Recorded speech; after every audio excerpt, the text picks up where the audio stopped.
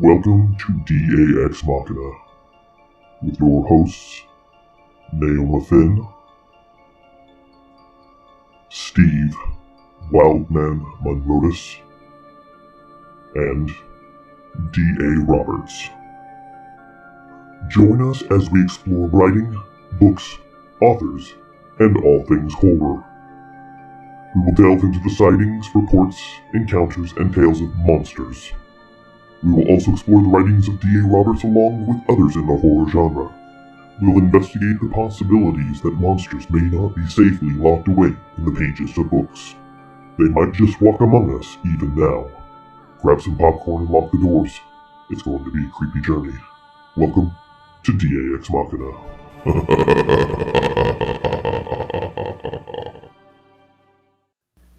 Good evening, folks, and welcome to Saturday's edition of DAX Machina. Joining me tonight is my partner and brother in crime, Steve Wildman Munrotis. He's feeling better now, thankfully. And we have a special guest in the house tonight. His name is Wes. We're not going to give any further name. Wes is a member of the Navajo tribe, a good friend of mine, and he's going to be giving us a great deal of insight on some of the questions that we're going to be having. I've known him for quite a few years now, and he has given me a lot of great insights on things that go bump in the night and well beyond, both cryptid and supernatural. So, welcome, Wes. We're thrilled to have you, man. And everybody, give Wes a big welcome to the show.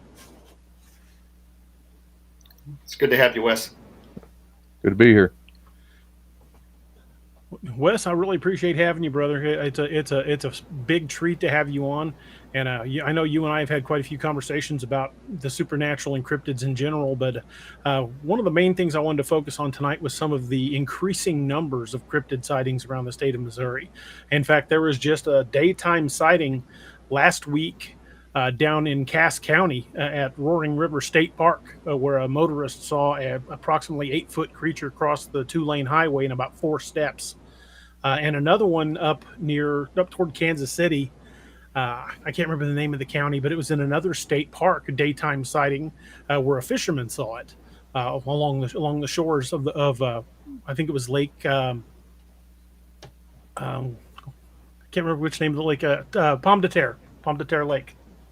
So there are an increasing number of cryptid sightings in the state of Missouri. They're happening all the time. Yeah.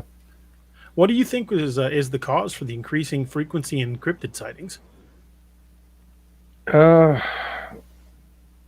I won't really know offhand, but maybe it's just people getting out there into the woods and looking around and exploring. Mm-hmm. With the advent of social media, people are more likely to report on things more easily. Than just someone just out walking around without any sort of cameras. Yeah, I have noticed that people tend to be more willing to report things via social media than they were in years past. And with shows like Finding Bigfoot and Alaskan Killer Bigfoot, the subject of cryptids is becoming more and more mainstream, and people have been less stigmatized for coming forward with cryptid sightings. Mm-hmm. There might be a natural thing going on that we don't know of. Mm-hmm. Electromagnetic fields, those cause things to stir up, which does affect certain animals. Mm-hmm. Those these things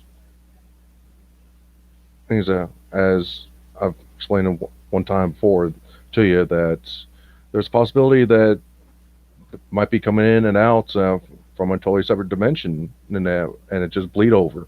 Yeah. My wife has explained, kind of summed up to like flipping a page or turning a page, and you're seeing the words on the other side of the page through the page that you're on. Yeah. And that sort of bleed over effect. It's only temporary. Yeah. Then everything goes back to normal. I know there's more than one school of thought on Bigfoot. Some people just think it's an upright walking primate, while others think it's a humanoid type creature, more human than ape.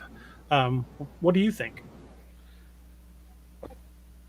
Scientifically, I'm kind of leaning towards it's a maybe a subspecies of human being kind of like the Neanderthals. Mm-hmm. Neanderthals were significantly larger than us and kind of ape-like.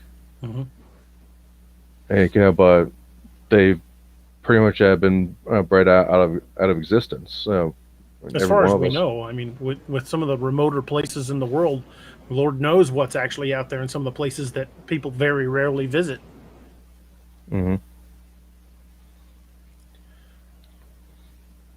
But it's, from the videos I've seen of Bigfoot, it looks like they do walk upright, and there are bipedal entities or organisms.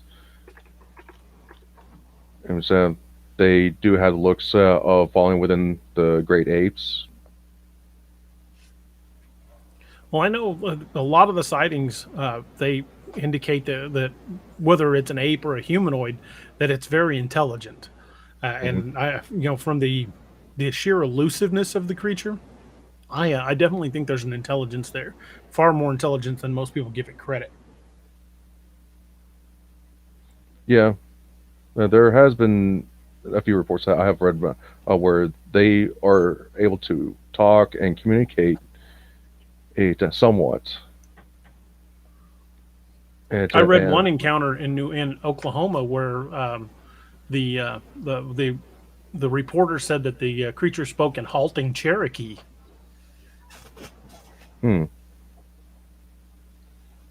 That was from eastern Oklahoma down in the Ouachita Mountains. Might be something that they're exposed to constantly or listening to. Mm-hmm. Well, they've also postulated. Well, a lot of reports from different Native American cultures talked about them being just another tribe that they traded with at one point. Possibly. Well, I find the subject of Bigfoot fascinating, but something I've wanted to ask you about for a while, and now that I've got you on the air, we can kind of talk about it a little bit. Is the Navajo Skinwalker? Mm-hmm. That is the one thing that just absolutely terrifies me, because I don't know how you could stop one. There are ways that you could stop a skinwalker, but it's a lot of prep work. Mm-hmm. Usually it's talk about skinwalkers is taboo among the Navajo, the Dene. Yeah. Because if you talk about it, they tend to show up, and bad things start to happen to you or your family. Mm-hmm. How do you pronounce the Navajo name for the Skinwalker? The Ye-Natalushi or something like that? Yuguleshi. Yeah. Something along that lines. And my mom, being full Navajo, she actually speaks it. I barely speak Navajo, but I am familiar with the Navajo beliefs, to an extent. And with skinwalkers, it's just one of those taboo things I don't really talk about, unless you are asking to be harmed.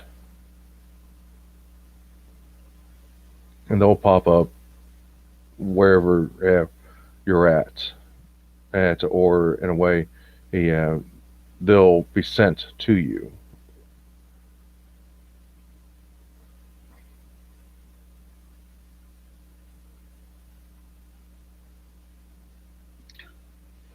DA might be frozen up on us. So it's kind of the belief that speaking of the thing gives the thing strength, huh? Yes. Yes, well, it is a fascinating concept. These skinwalkers, they're believed to be powerful shaman that have gone evil, and part of the process of becoming a skinwalker is killing one's own family member, such as a close brother or father, as part of kind of the ritual. And now after they kill them, they keep their bones with them. Oh, okay. So they use the bones of their victim their family victim is kind of a totem or a relic. Gotcha. I didn't know that. Now I know that the lore that I read and DA's kind of pulled into some of his books. They can shapeshift and what other powers do they have? The big thing is shapeshifting into various animals. Use of so-called black magic to make people ill to the point of death, and concocting poisons and to make the person ill or go crazy and just mess with their head. I can definitely see a little bit of mental torture that they could cause their victims there for sure. And I know there's been stories of them taking the forms of like coyotes and wolves and things like that. What other forms have you heard of them taking as far as the animal kingdom goes? Coyotes or wolves are the most common, and which brings up another deal that skinwalkers kind of fall or have a appreciation or a reverence to our god, the coyote. That's the trickster god in Navajo culture. But other forms that they have taken in are birds such as like crows, snakes. It's just whatever they can get the pelt or the bones of, that they can transform into the thing, even transform it into other people, which is rare. And if someone is suspected of being a skinwalker, one way that they're kept at is to basically arrest, detain, and quarantine them somewhere, keep them locked up, and to defeat a skinwalker, you got to figure out who they are, like their actual name, call out their name, and they'll basically die. Gotcha. Well, it's definitely a terrifying concept. Oh, definitely. Apologize for dropping in and out there, folks. My internet was being stupid tonight. We're definitely going to have to switch to that fiber optic internet that when it came into my neighborhood. My current internet provider, it bypasses like a Christmas tree. Well, your first hint that you should have had some trouble there was when the guy came by in the Amish buggy to sell you the service. But it's the best service you could buy for a sack of flour and 2 potatoes, but still. No kidding. I think it comes by dog sled.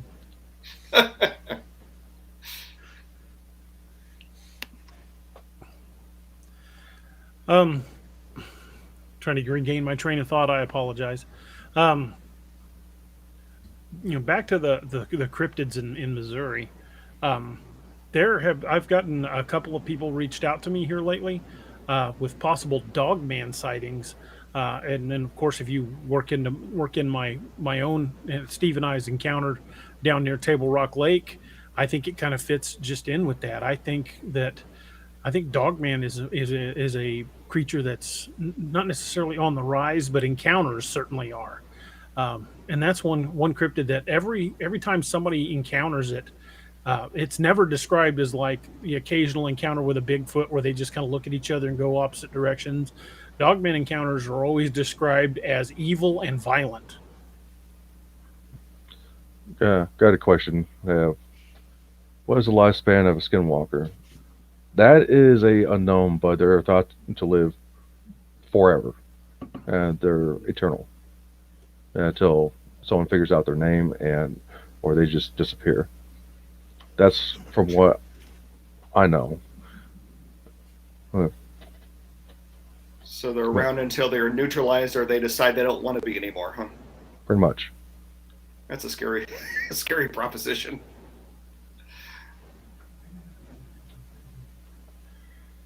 I think, Anyways, considering how far back the Dogman sightings go, they go back to hell. Marco Polo and Christopher Columbus both talked of seeing dog-headed creatures, the conditions known as cynocephaly. And I think that they have been there for a long time. And I think Dogman might, in and of itself, prove to be the origin of the werewolf story.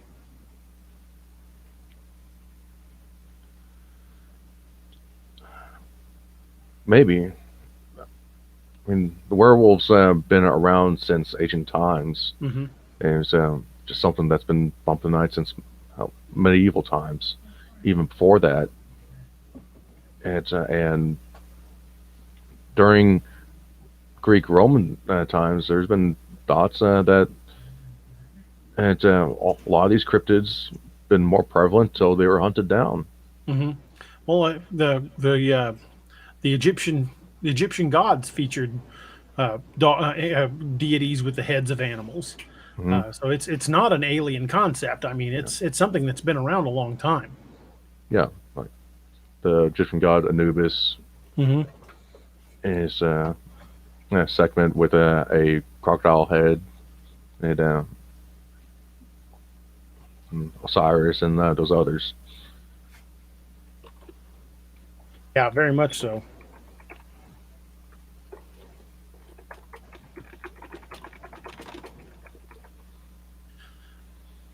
And like I was saying, Marco Polo and Christopher Columbus both reported seeing dog-headed creatures. There's even mention of creatures of humanoid creatures with the heads of animals in the Bible. Mm-hmm. The Lion Men of Judah and other examples. Yeah. When it comes to the Bible, and the way that it's written is written at a time what was understandable at that time. I don't take it at face value. It is a historical book, the way I see it. Mm-hmm. So they're trying to explain something that they know little about, or that's heard or seen scant things about. So it could be that someone is just wearing the pelts, of a lion, and that's just part of their the tribal traditions. Yeah. But it could also be that there is something out there some sort of being that does have a lion a lion head for a head. I know there have been Dogman type creatures reported on every continent except for Antarctica. They've been sighted in Australia. They've been sighted in Asia and throughout Europe. Of course, from North America, South America, there are reports of them everywhere. So I tend to give credence to that, especially when you start looking at different First Nations tribes that all have shared stories of them. Mm-hmm. In fact, the Choctaw talk of the Bigfoot and the Dogman going to war with each other over hunting grounds. And that is Who would plausible. your money be on that one there, DA? What's that? Who would your money be with on that one? I don't know. Pound for pound, you get some of the accounts of Bigfoot can be, 10, 12 feet tall. I think pound for pound, one-on-one, go on Bigfoot, but you get them in numbers. I think the Dogmen are faster and probably smarter. With the Dogmen, you got to think that their base instinct is going to be more like with pack mentality. If they're going to go to war or go into a battle against a Bigfoot, they're going to more than likely find others to join them and act like a wolf pack. And while Bigfoot, very rarely do you see them with others. They're typically solitary. The same way with Dogmen, but with Bigfoot, they're basically by themselves. Wes, are you familiar with the the David Paulides Missing 411 series? And this is the first time I'm hearing of it. David Paulides was a San Francisco detective that someone passed along to him information about disappearances in national parks, and he started an investigation into it, later referred to as the Missing 411 series. Um, and it turns out that there are thousands upon thousands of disappearances in national parks that either one go unreported or under such complete mysterious circumstances that most animal predation can be ruled out. They're intelligent disappearances, and they might find remains of the person in an area they searched dozens of times. The Missing 411 series is a very, very interesting series. I'll have to check that out. I think you'd like it. Brian Merrick says Leif Erikson reported Sasquatch hundreds of years ago. That's true. I've read what the Vikings referred to as Skraelings. Considering the Vikings were some of the biggest warriors of their day, for them to describe the creatures that attacked them as being huge and hairy, that would to me indicate something pretty big and pretty powerful. Mm-hmm. I was going to say most people report Vikings as huge and hairy. So, if they're concerned about it, what are you dealing with here? Yeah, pretty much. Those might be something that could have added to them basically escaping back to their homeland. Mm-hmm. Very much so. When they showed up in the here in the U.S. or the Nova Scotia area. Mark Napier says, many believe although some Bigfoot are seen alone, they probably travel and live in clans. That would make sense to live and travel in family groups, not only for hunting, but for safety. Mm-hmm.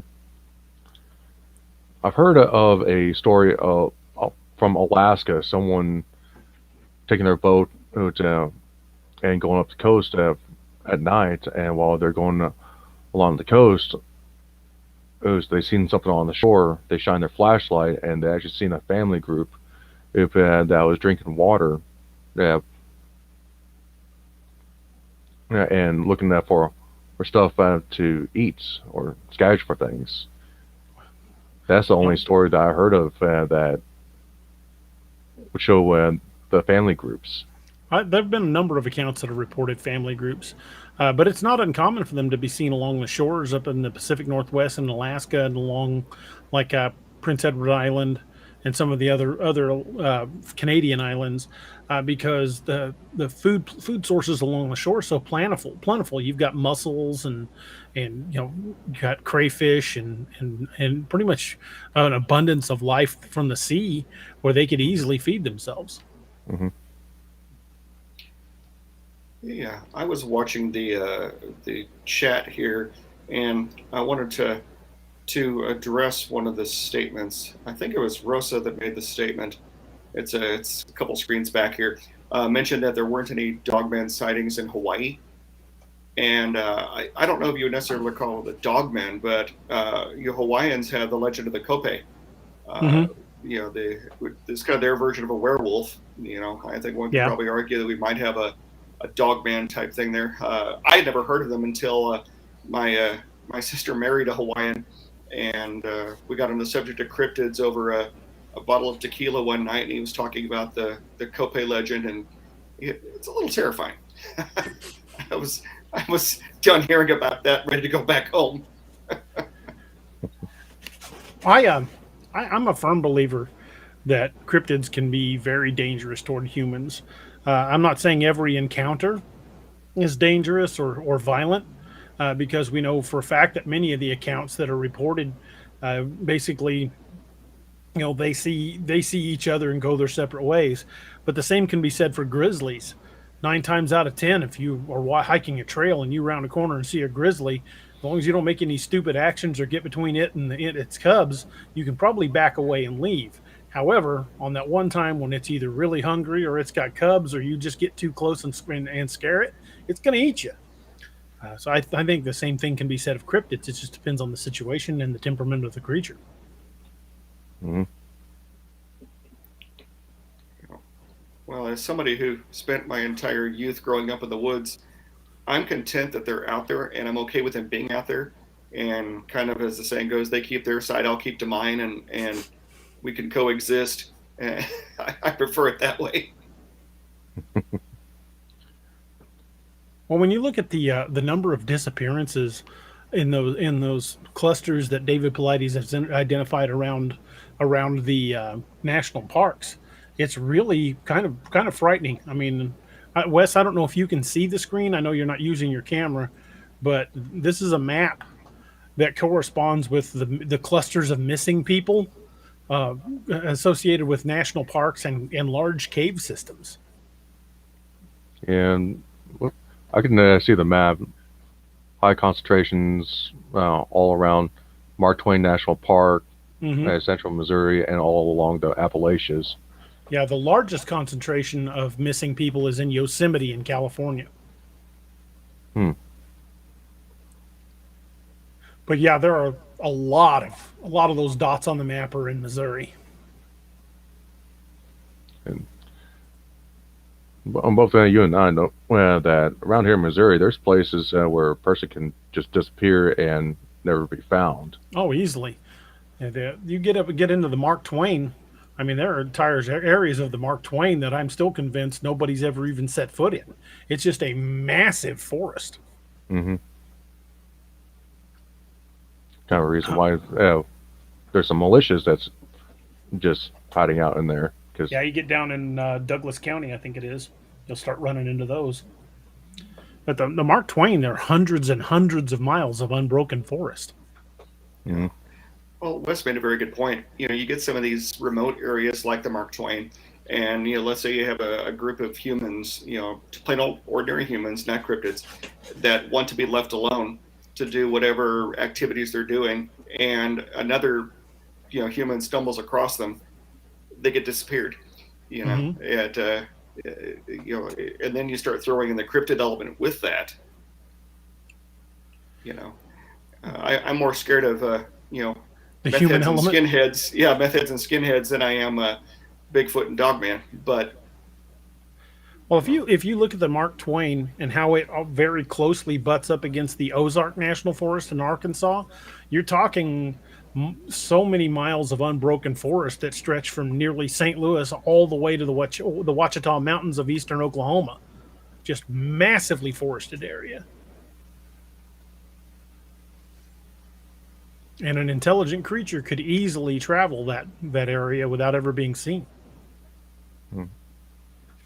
There's roads that is unpaved that you can only get on with ATVs, off-road bikes, or logging roads that they don't use anymore. There's abandoned mills that's around here. I know the ghost town that my mother was born in, a little town called Orla. That's a heavily forested area, and there's really nobody lives there, but maybe a couple of old farms, ruins of the old grist mill, and the foundations of numerous houses. But the town itself is dead. Yeah, which is becoming more and more of a fact nowadays. The only thing left is like a convenience store or just one house, and that's it. Pretty much.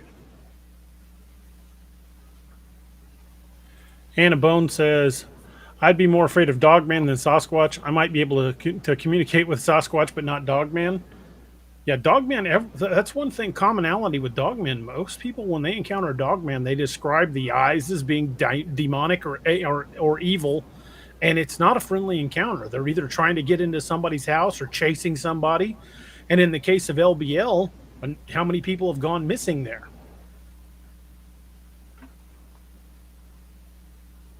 Yeah, well, you're dealing with a Sasquatch. You might be dealing with human or near human intelligence. Something tells me you're not going to get a whole lot of reception from a Dogman if you try "Who's a Good Boy." Yeah, it's going to be worse. They're going to throw a tennis ball and get away.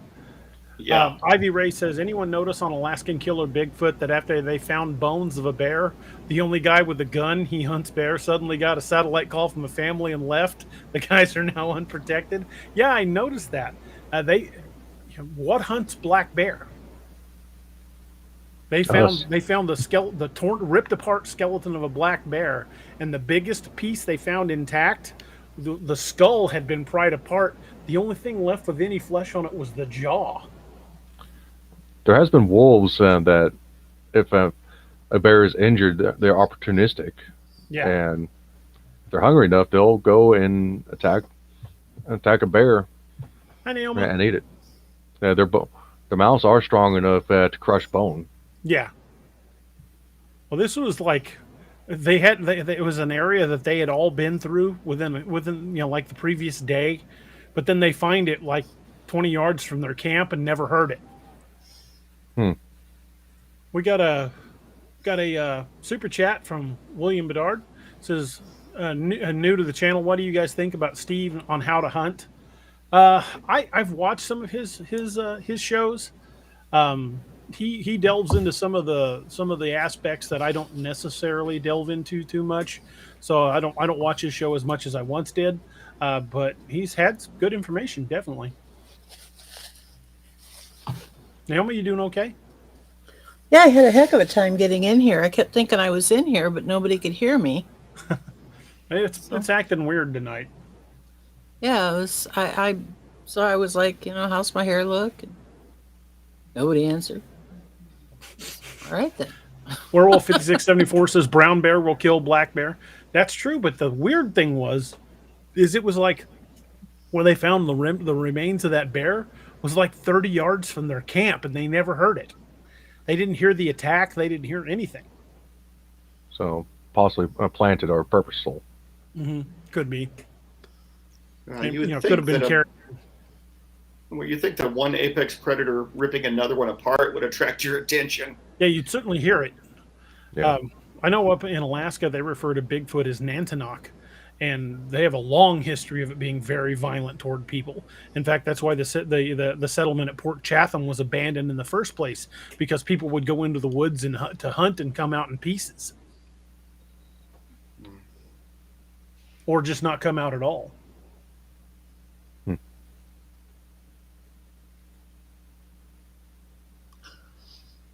Of course, if we talk about anything demonic or evil, Northwoods is going to compare it to his ex.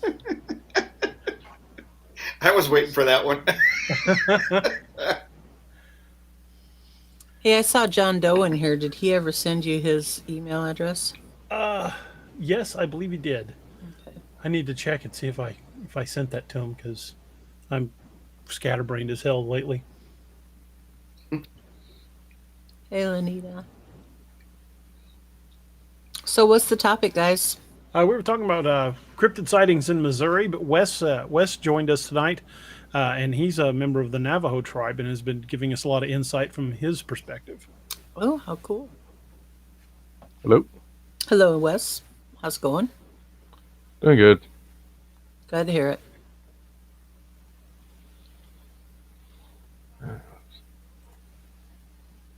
Martin Napier says there are videos of bears fighting a wolf pack and kicking butt.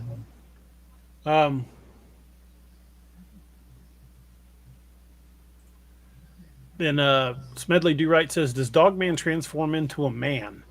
I've heard some versions of the story where they do and some where they don't. More of the stories tend to lean toward that's what they are all the time. But there are some accounts where, much like the Skinwalker or some of the other shape changers in different mythos, that they were able to turn back. But for the most part, most of the encounters that I've heard don't mention anything about them changing back, just the fact that they were in that form.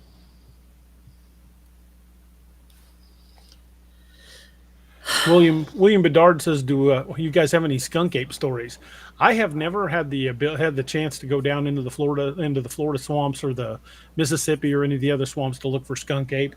It's something that I have on my agenda, something I plan to do sometime, hopefully in the near future, but I haven't made it yet.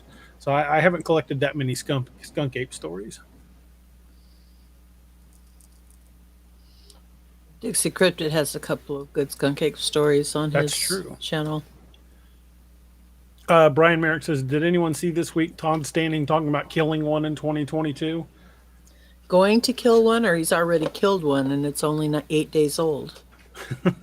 I think he's planning on trying to bring one in.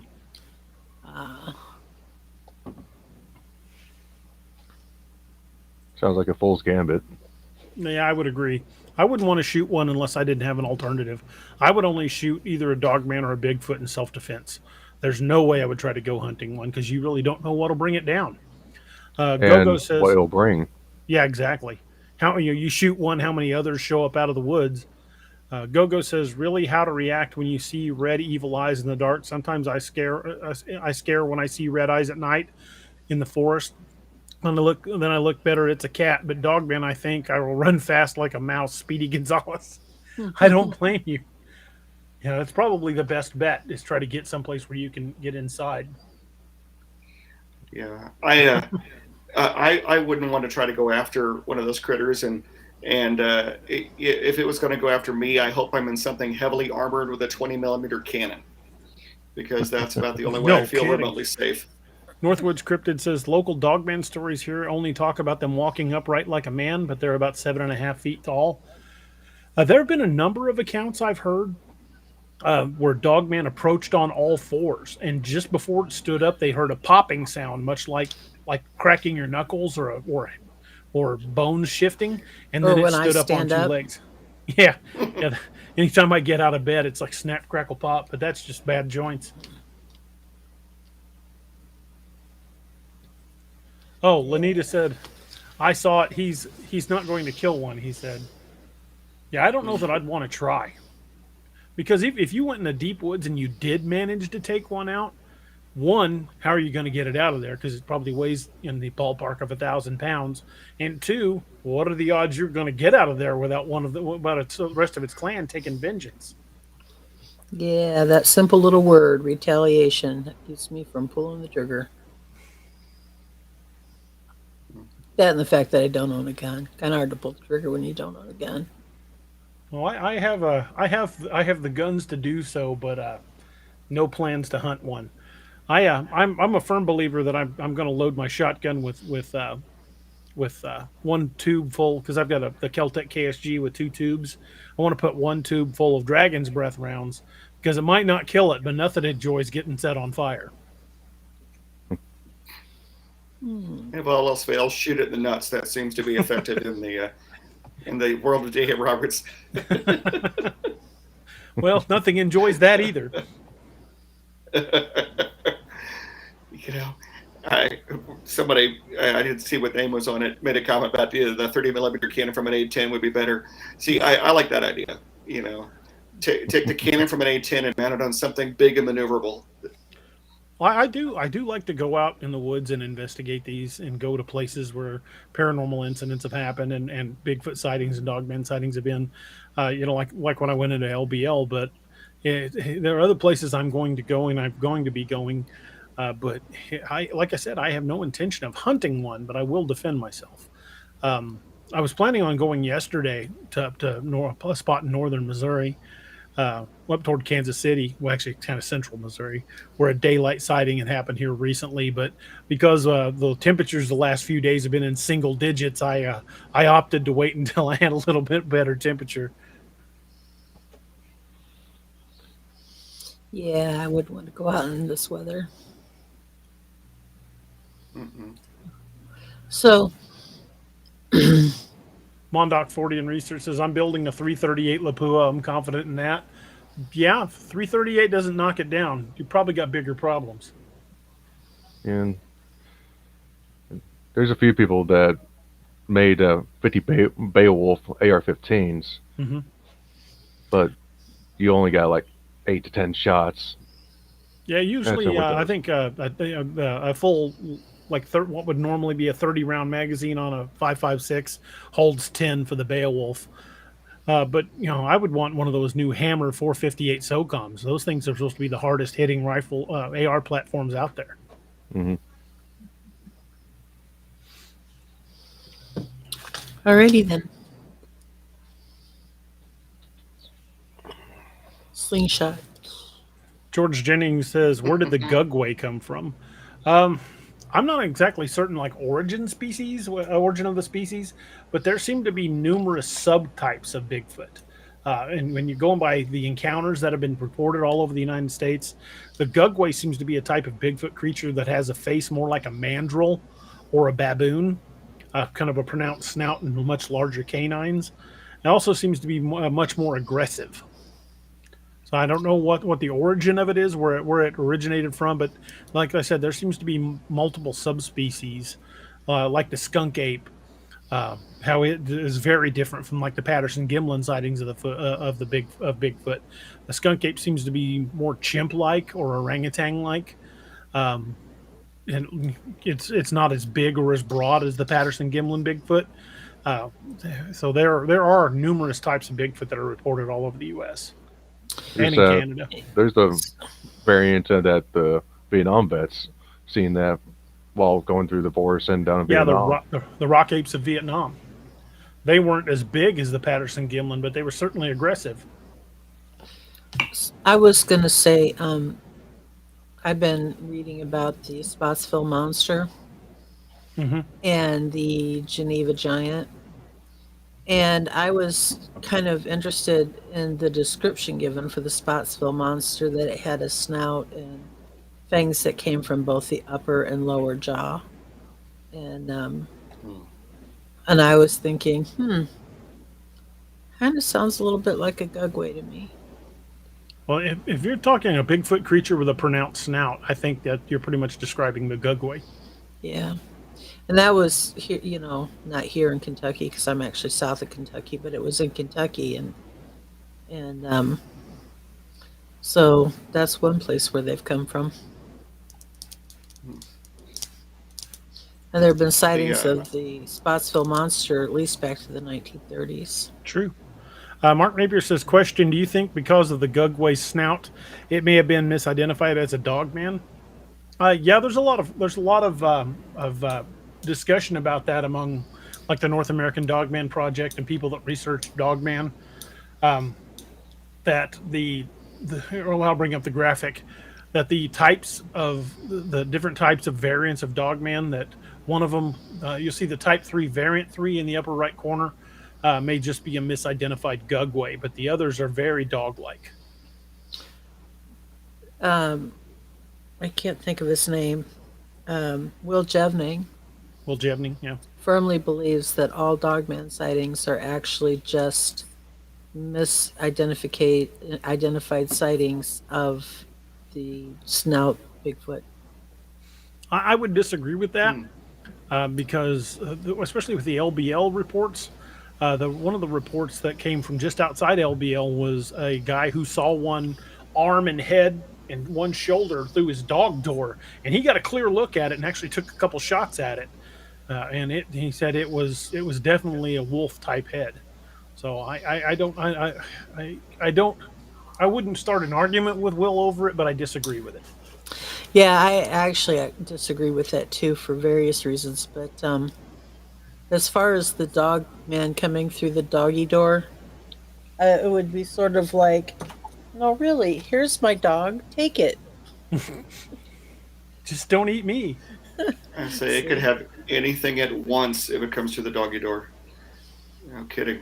I was watching the news the other day, kind of on the subject of Bigfoot, and they've had a new video surface of a recent sighting of one of the orang pendek creatures. You know, the kind of like the puckwudgies, the little Bigfoots, hobbits, and it's a pretty convincing video. It's only several frames, but the quality's pretty good.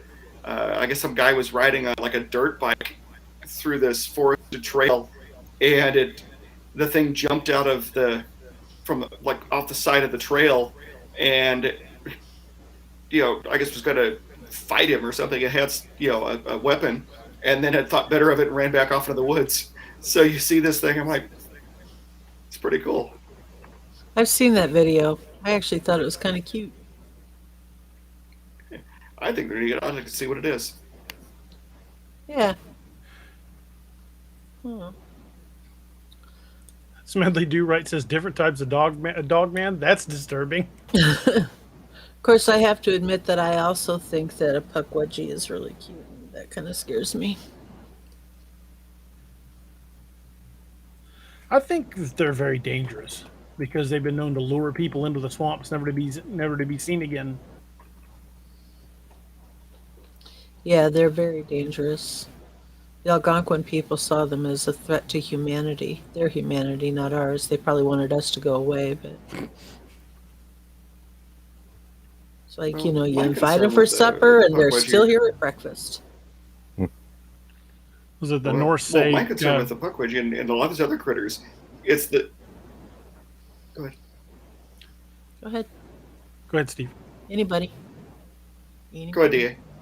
Oh, okay. I was just go going to ahead, say, my concern with these things is not going to be. I'll keep doing that. Is not the ones you see, but the one that lures you away. What about the 10 you're not seeing that are interacting with you? Even like our little encounter. There's a lot of eye shine that we didn't get on that front viewing camera. Papa Bear says, so we breed dogs for different reasons. I wonder who bred Dogman and for what reasons to get different breeds.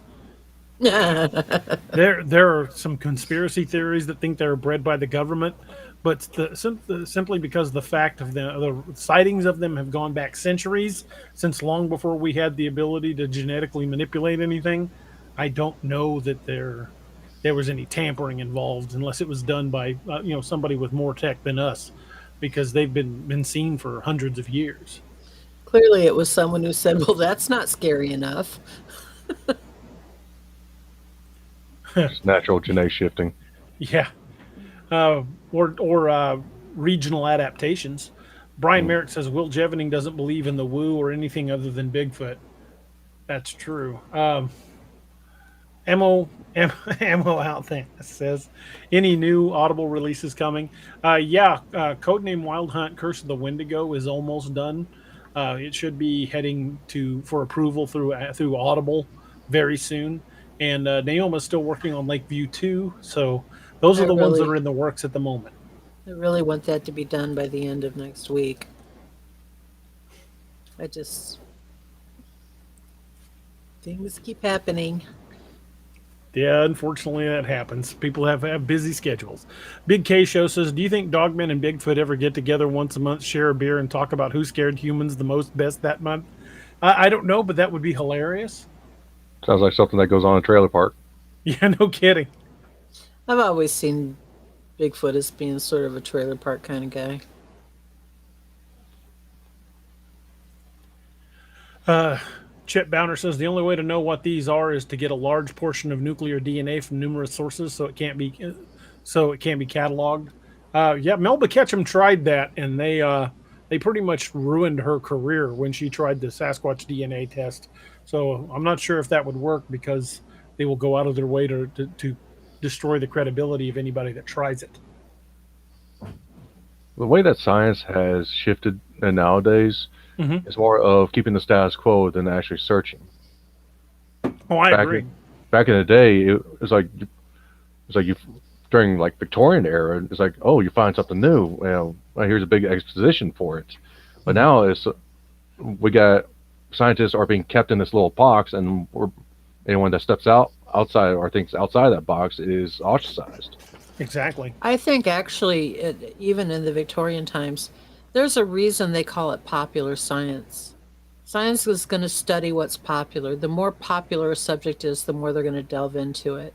It's always been the case. It's always going to be the case. And until we make this subject popular enough, science is never going to touch it. They're never going to touch it. I agree. Mondoc 40 and Research says, I'd like to spend some time looking for the little people around the Crow Reservation sometime. That would be interesting. George Jennings says, the thing that gets me is Mountain Men show on History Channel, non-showing of Bigfoot on any of their shows. Yeah, most of those shows on there, on History Channel, Animal Planet, are there for entertainment.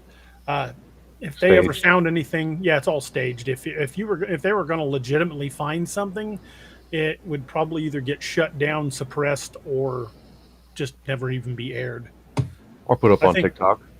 Right? Yeah, I think most of those shows out there are never really ever going to find anything conclusive. Gogo says, D.A. Roberts, are Yeti white Bigfoots, and can we see them in Canada and other snow places, or we can only see them in the Himalayas? Yeah, the Yeti is definitely one of the types of Bigfoot. It's Asian cousin, so to speak. But there are numerous sightings of white Bigfoots here in the United States. It's just a melanistic trait for their fur. So I think the coloration could be anywhere. You've got all over Asia white Bigfoot type creatures, the Alma, the Almasti, the Yeti, the Yeren, all reported with white coats because they're in predominantly cold climates. What if they actually shed their hair? Now, like the white is their winter coat, and black or brown is their summer coat. Yeah, that would make sense. I had a cat that did that once. We called it Magic. I mean, it makes perfect sense. If you're in a forested area, the black or the cinnamon colored ones would have the natural advantage because of the surrounding color. Yeah. Under snow cover, you'd want to be white. Well, the guys over at Bigfoot Odyssey put forth a very good theory about how the skin beneath the hair is kind of a neutral gray color and tends to pick up and reflect the colors around it. Not like a chameleon, how it would shift the color itself, but how you can take an object that's certain tones of gray and set it near like plant life, and it will pick up the greens of the plants. And that commonly happens. So it might be something to look into about their natural camouflage ability, because if the undercoat is of that gray color, it would explain why it blends into its surroundings so well. Annabone says, did you guys hear about the human robot that grabbed the programmer's hand because he was waving his finger in his face? It wasn't taught anger. What happens if they put them out? Yeah. When we start talking about artificial intelligence, that's a whole other kettle of fish and very, very worrisome. AI is advancing at an exponential rate, and it's only going to keep going. And the way I look at it is, we should accept AI with open arms, but keep them at arm's length till we figure out if we can actually trust it. Steve, there's a question for you, bud. Oh, I don't think I was singling out bald humans necessarily there. I'm just saying, for the most part, I've had, my encounters in the woods have made me more leery of the humans that are out in the woods that want to be left alone than anything that occurs naturally in the woods. Not only that, Missouri has a long history of these separatist groups, forming compounds out in the woods. There was a group back in the late 80s called the Covenant, the Sword, and the Arm of the Lord that killed a couple of Missouri state troopers. Missouri has a history of these whack job groups setting up compounds out in the woods. And a lot of times they finance themselves through the sale of drugs. And if you stumble upon their compound, you may never be heard from them again. Drugs, weapons, and I've encountered a few at a previous job. They would come in and buy batteries. He's at a battery place I used to work at, and they'll work normal jobs like everyone else, but they'll come back and put all their money into like a collective, and only bit by bit are they allowed to use the money that they gain from the sale of drugs and weapons and doing whatever they need to do to finance. Some of these places that they hide out at, a lot of them are in Mark Twain. There's a couple that's up around the Cedar, St. Clair County, that I've seen. One of them, my uncle actually been onto one of the compounds where they torched a few cars just for fun and did a little burn, just say screw the government. Yeah. Some of those groups are pretty damn violent. Gogo says, at D.A. Roberts, I heard on a documentary people say Bigfoots are only male, then how can they have more Bigfoots? Or that people talk and lie. There have been numerous accounts, including the Patterson-Gimlin film, which caught captured a female Bigfoot. I would say they're like any other animal. There's male and female. The species is the only way it would propagate. I'd never heard anyone say they were only male. Papa Bear brings up a good point, though. He said that makes me wonder if they have hair like a polar bear. Polar bear hair is actually translucent. That would make a great deal of sense. That's why polar bears are so dangerous during a snowstorm, because you never see them. Yeah, I think as far as determining the gender or sexual dichotomy of a Bigfoot, if I came across one of them, even if I had a full body view of it, I wouldn't stick around long enough to see how the thing is plumbed. I'd be running in the other direction. You may have a point. If it's close enough to see genitalia, I'm too close. I'm not going to lie. That'd be the first thing I'd look at. Looking up Bigfoot's skirt. It would just be my instinct, boy or girl. All right. I don't know. I was seeing it and got that close. I was like, okay, bye now. Yeah. It's just possible you don't have to get that close. Lord. That's a more Bigfoot terrifying might thought. be sitting out in the woods right now being really angry at you for insulting him. William Bedard says, I'll go with the white gray being old ones. Makes more sense if they are apes. I think that makes a certain amount of sense, but also I think some of it is coloration based on the environment they're in. Like if you're in an area where it's predominantly cold weather all the time, you'll probably see more white ones than dark colored ones.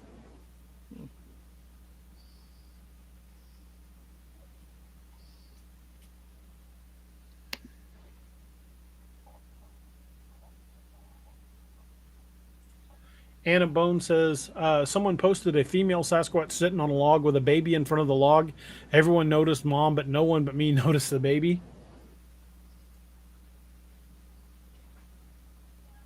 Wonder where the dad was. It's off fishing. He was fishing. Probably standing behind the person taking the picture. Tapping him on the shoulder. Hey. He was at that conclave drinking a beer, talking about all the humans he scared.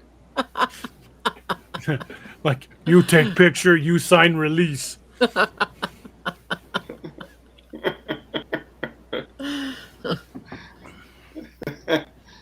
We are copyrighted, yes. I saw a sign somebody had up somewhere. I think it was on Amazon, where you can buy the sign that says, attention, you're now leaving Bigfoot area. All photos will now become blurry.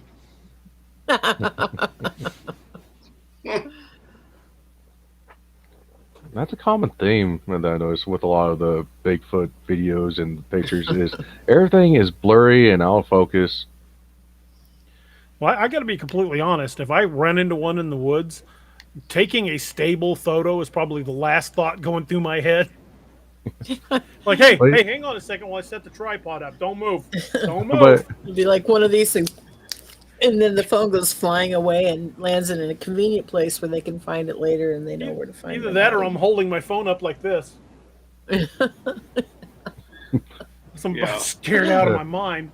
Try not to basically crap yourself. Exactly. Okay, John Doe.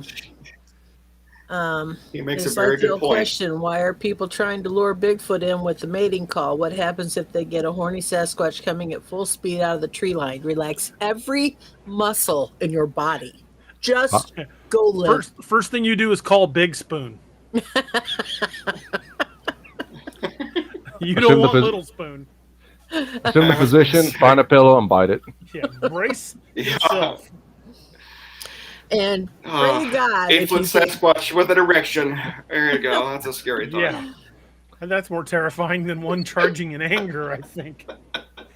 Just like prison. I'm getting too Mostly if sensitive. he's making eye contact with you, DA. And he starts winking at you, blowing kisses. Without the beard, I look too much like Ned Beatty. Oh, no. Oh, shit. They charge that by the ZZ Top. Yeah. Yeah. You know, if Sold out.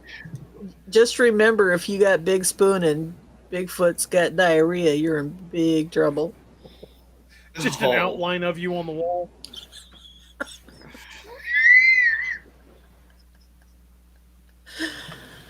Oh,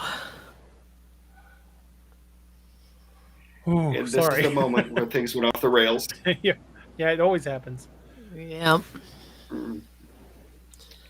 I usually come to Well, find that's my I'm just stop. excited. I'm just excited that something scatological happened and it didn't involve me for once.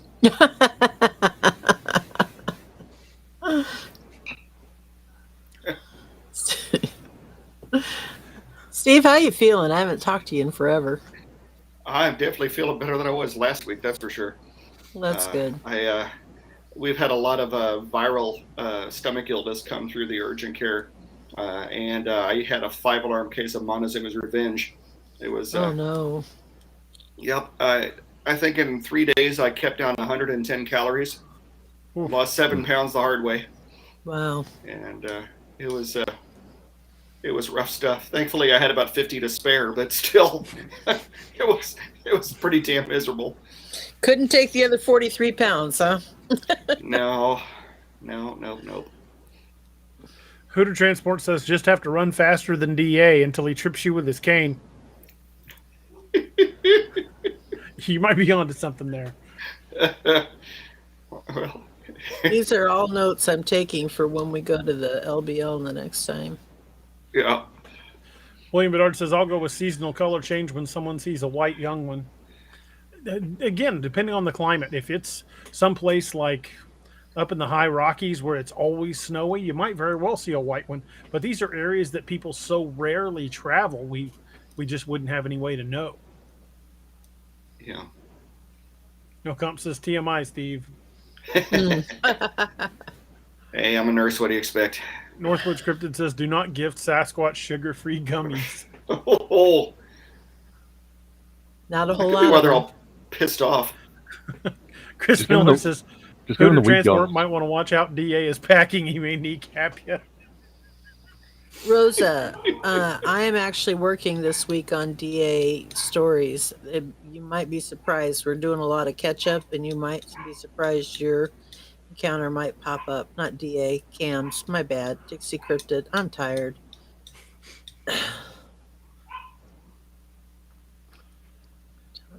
Gogo says, D. Roberts, what do you all think? How Bigfoots are intelligent? Can they understand our language, or are they just wild beings with instincts? Can I point something out here? Sure. We always talk about being the smartest animal, right?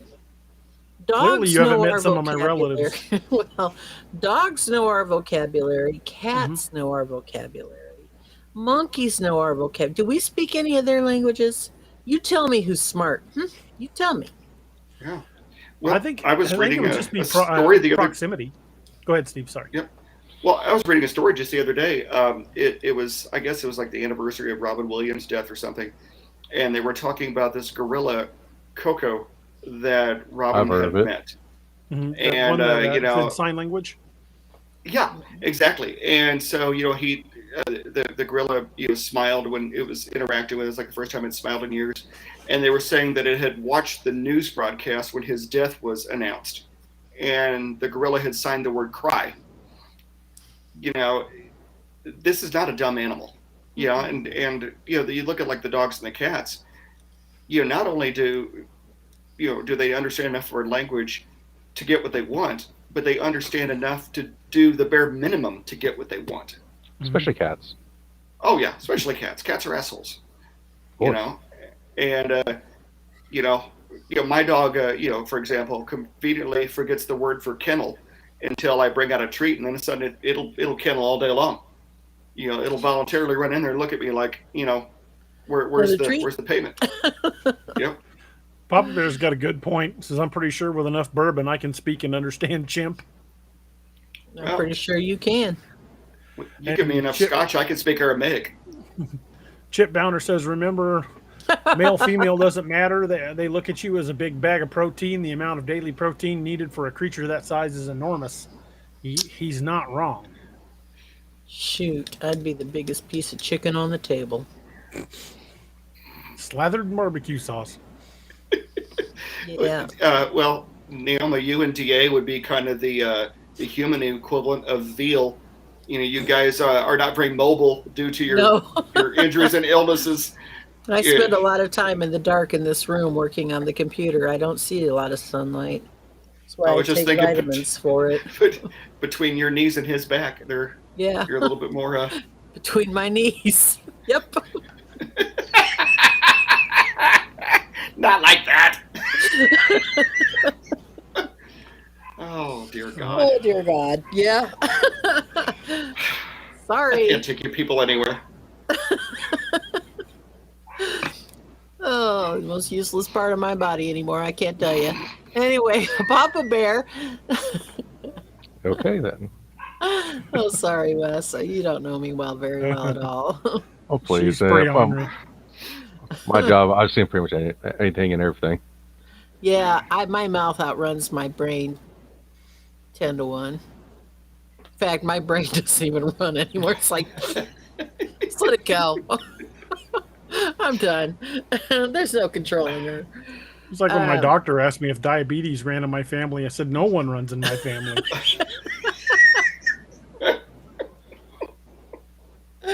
Yeah. You know, I had a similar problem a little while back. You know, where I work, all of our scales are in kilograms. You know, so you can weigh yourself, and you don't tend to feel too badly unless you really are comfortable with the metric system. Well, my doctor's office, the scale's in pounds. So first thing when you walk in the door, put you on the scale, 240 pounds. I'm like, great. Then he pulls me back to the exam room. Then he immediately checks my blood pressure. Blood pressure's elevated.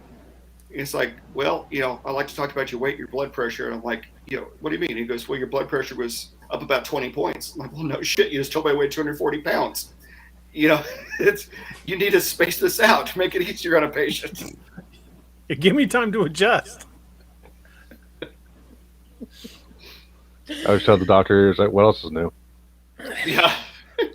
Talking is one thing, listening is another. Well, they told me to get But into shape. I told him round is the shape. Yeah. William Bedard says Bigfoot could be a large gibbon.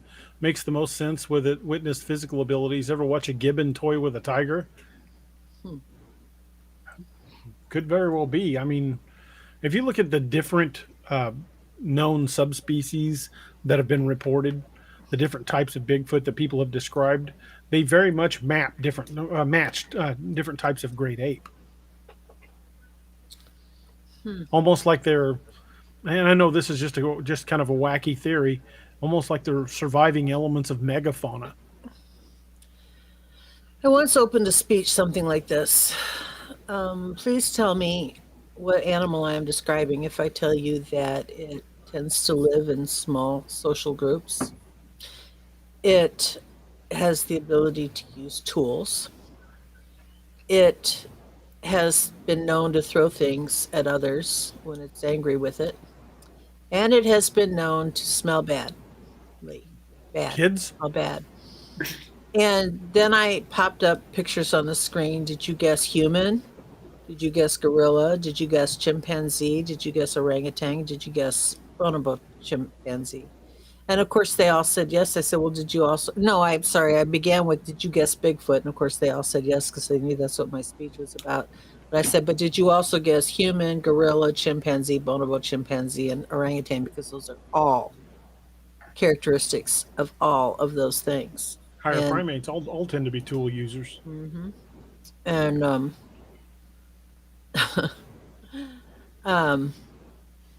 they were a little bit surprised to realize that all of those things that they're attributing to Bigfoot can also be attributed to the rest of us. All of us in that little hominid family. Yeah, I would definitely agree with that. Well, if you've seen the movie, what is it? Primal Rage, the Bigfoot movie. Mm-hmm. The creature from that movie is very much what I think of when I think of a gugway. When I envision a gugway, that's what I think of. That's actually just me approaching the coffee pot in the morning. I can do it. Somebody's complaining because they got called it.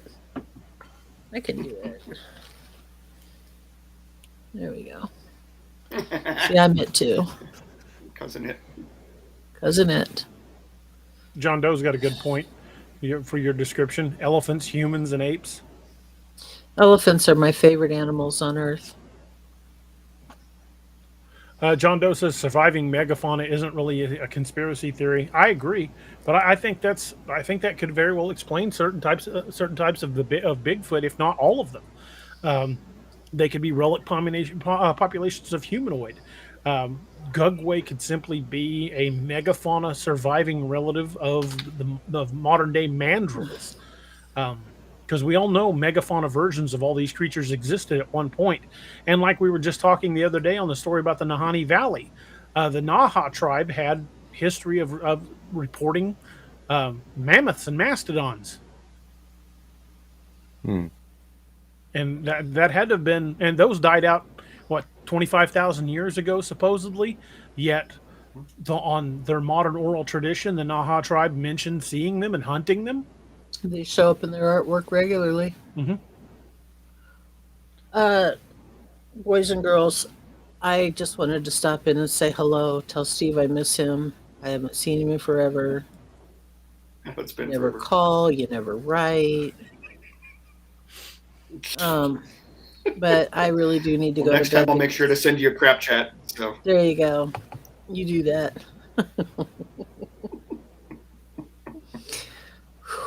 But anyway, Wes, it was nice meeting you. Same here. And I will see DA on Wednesday. Take care of yourself, Steve. Get better. will do. Get lots better. Good night, guys. Good night, Naomi. Well, Thank you good for night. popping in. Right. No problem, Goblin. Now, the thought of a megafauna, it's probably megafauna. There is the concept of island gigantism. Mm-hmm. Now, where they're separated from a main population, and as long as they got the resources and the food, they'll just continuously grow. Yeah. Well, there was an island off of the coast of Russia where they think that woolly mammoths may have survived until as recently as 5,000 years ago. Hmm.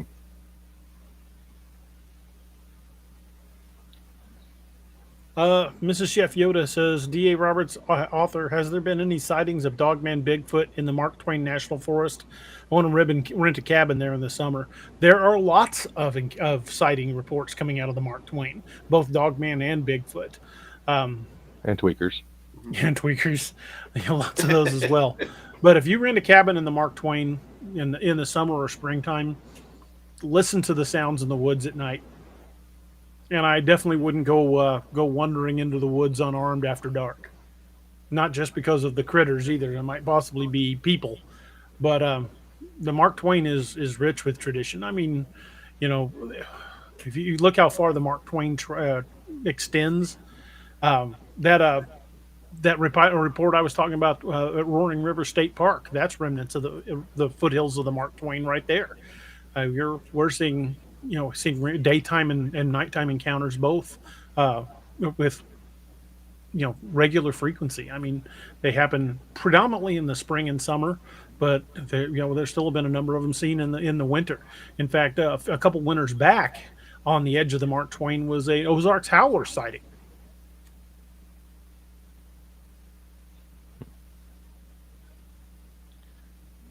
There's one cryptid that I've heard has been seen in the past few months. Is the hellhound. Mm-hmm. And that was down there like Joplin, that area that I heard of it being seen. Well, the Ozarks Howler, it's very similar to the hellhound legend. It's talked about to be a very large dog on the size scale of a bear, but it has horns and glowing red eyes. And in fact, even the accounts from Daniel Boone claims to have seen one and eventually killed one up near Cuba, Missouri. Yeah, that's not remotely terrifying. No, not at all.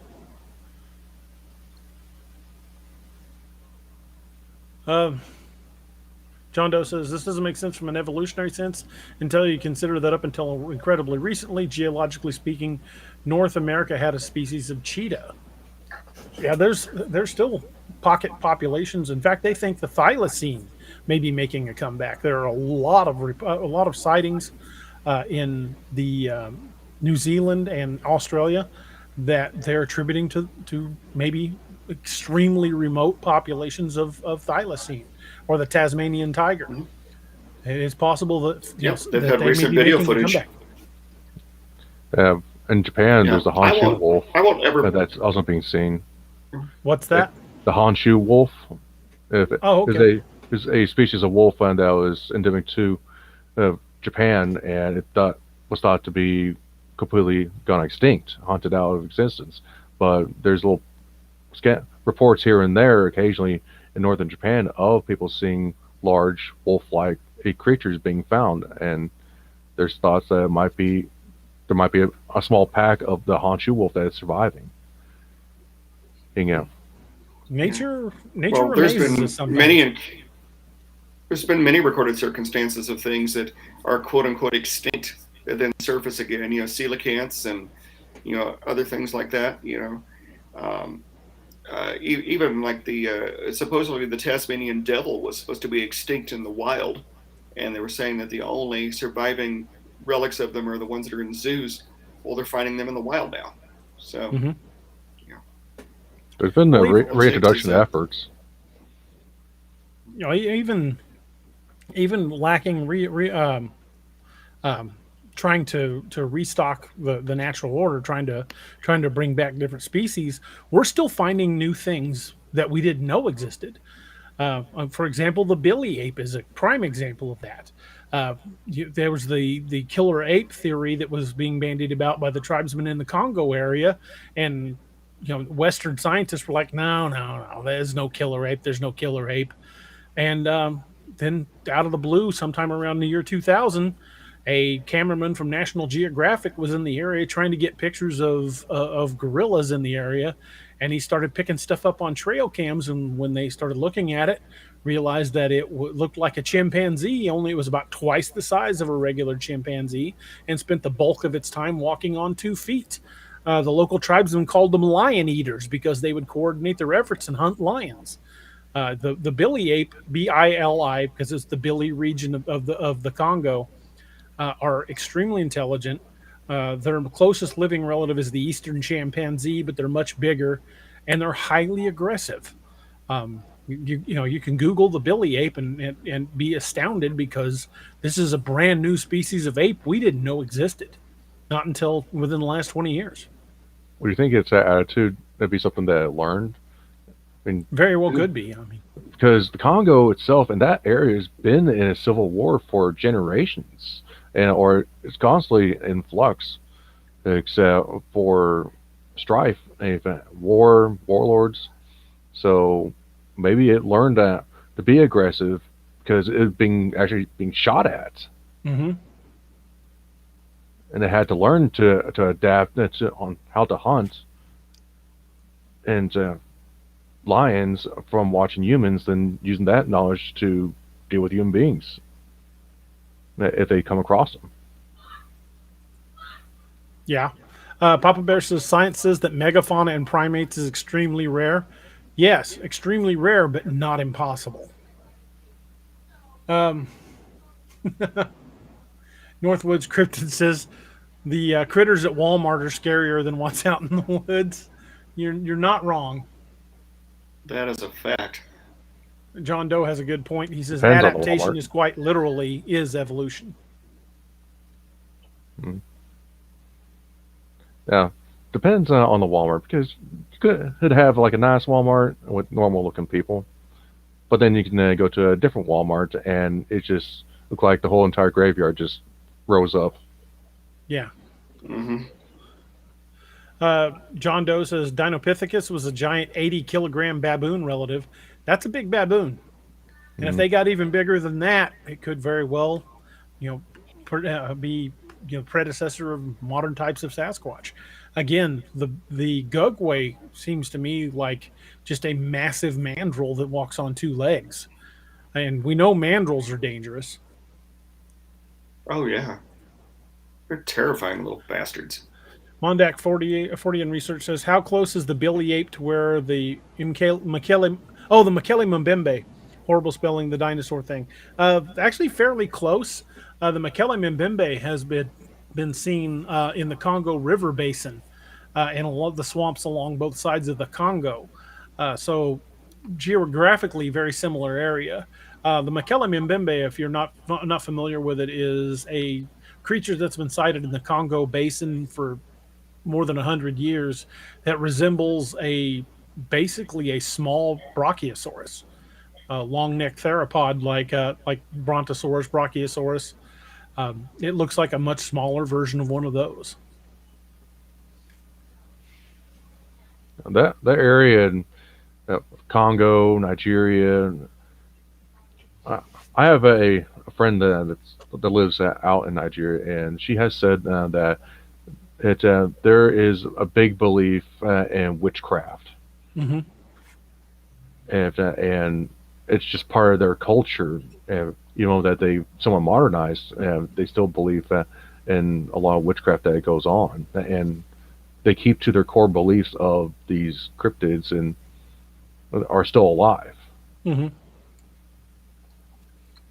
Brian Merrick says, just read a scientific article about evolution happens in a lot less time than thought. They're seeing living birds evolving and adapting just in our lifetime. Sometimes genetic change happens quickly. Well, I mean, even humans. I mean, look at how tall the average human is compared to what they were 100 years ago. We're evolving to be taller. Mm-hmm. It's just there's an advantage to it. We're seeing more and more instances of humans with a sixth finger on a hand, or polydactyly. Because there's indication there may be some evolutionary advantage to that. We do very, very dexterous things. Extra fingers could be useful. And then you couple that with the mutagens we're turning into our environment, and the genetic variability cranks up a notch or two. Mm-hmm. The three-headed catfish you see in the Mississippi River. Well, the one genetic feature for evolution that is the color blue. Back during ancient times, we wasn't able to see the color blue. Mm-hmm. The ocean was always referred as being dark, maybe even a reddish color, or a black. The color blue was not actually seen. Then over time, more and more people started seeing the color blue. That is one bit of evidence of showing that humans have been evolving. As for our height, us getting bigger, I can say that it's a bit of not only evolution but adaptation to what we're being exposed with. Us Americans, we're typically a lot bigger than most other countries. He said the average height for American was 5'10". Now it's getting closer to 6 foot. While other countries, they're still seeing 5.5 to 5'10" range. Mm-hmm. Well, it also depends on the diet. I mean, Americans eat a high protein diet, which a lot of countries don't have. Yeah.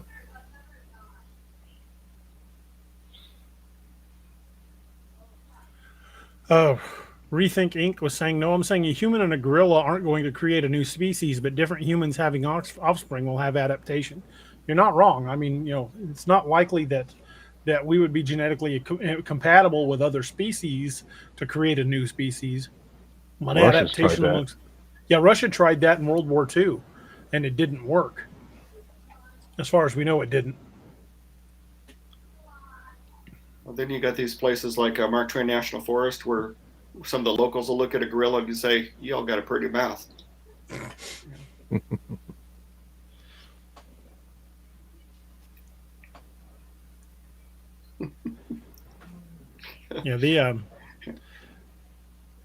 were you gonna say, Steve? Sorry. Oh, I was just reading the comments about how tall everybody is. Yeah, I'm short compared to them. I'm just like 5'10" and a half. I'm 6 foot 270 pounds. I can say that I can hold my own for the most part if I was to come in contact. Yeah. But Dee made a very good point with the nutrition. I lived in the Philippines for a little while, and the time I was there, the average Philippine man was something like 5'4", 140 pounds. I had 100 pounds on everybody they encountered, and it definitely felt out of place. Living in Japan, it's like, okay, where's the American? Okay, there's the American. Because we just tower There's over my everyone. shadow. And I think a lot of that is our diet. I mean, we per capita eat more meat than just about any other society. Our calorie intake is a lot more. Mm-hmm. Especially when you start looking at some of the third world countries, they're lucky to have a diet at all, let alone a high calorie one. Oh, sure. And definitely we minimal got protein sources. Got another super chat. This one from William Bedard says, "Thylacines are alive," asking an Australian logger. I don't doubt it. I mean, I firmly believe the thylacines are making a comeback.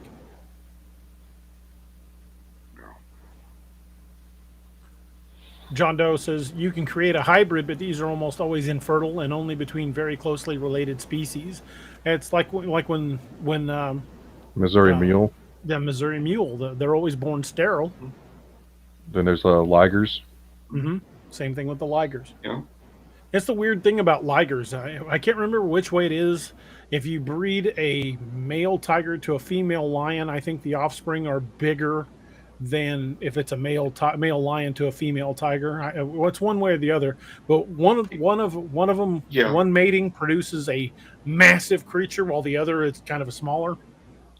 They're both considered ligers. Right. The liger is the male lion, female tiger. That's the large one. It's actually larger than either of its parents. The other one they call a tigon, and it is smaller.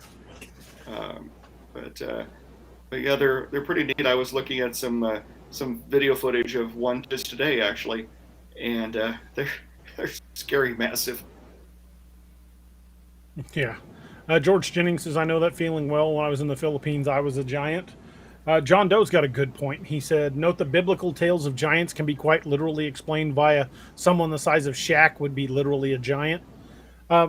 Yeah, but I don't think that completely explains it. Some of the bones, like the ones they found in Lovelock Cave, were way bigger than Shaq, 8 to 10 foot range.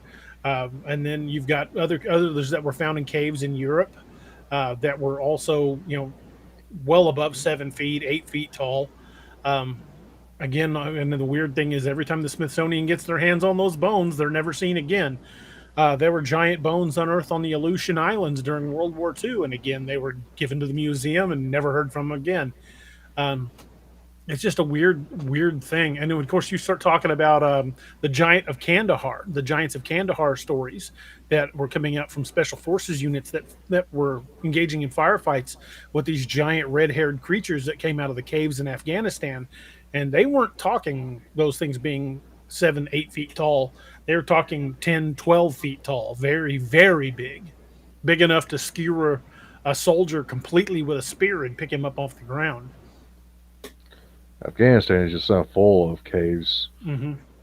Caves, and what we see on the surface, there's no telling how big the cave systems are underground and in those mountains. Well, same with the U.S. I mean, I'll bring that map up again that I showed before.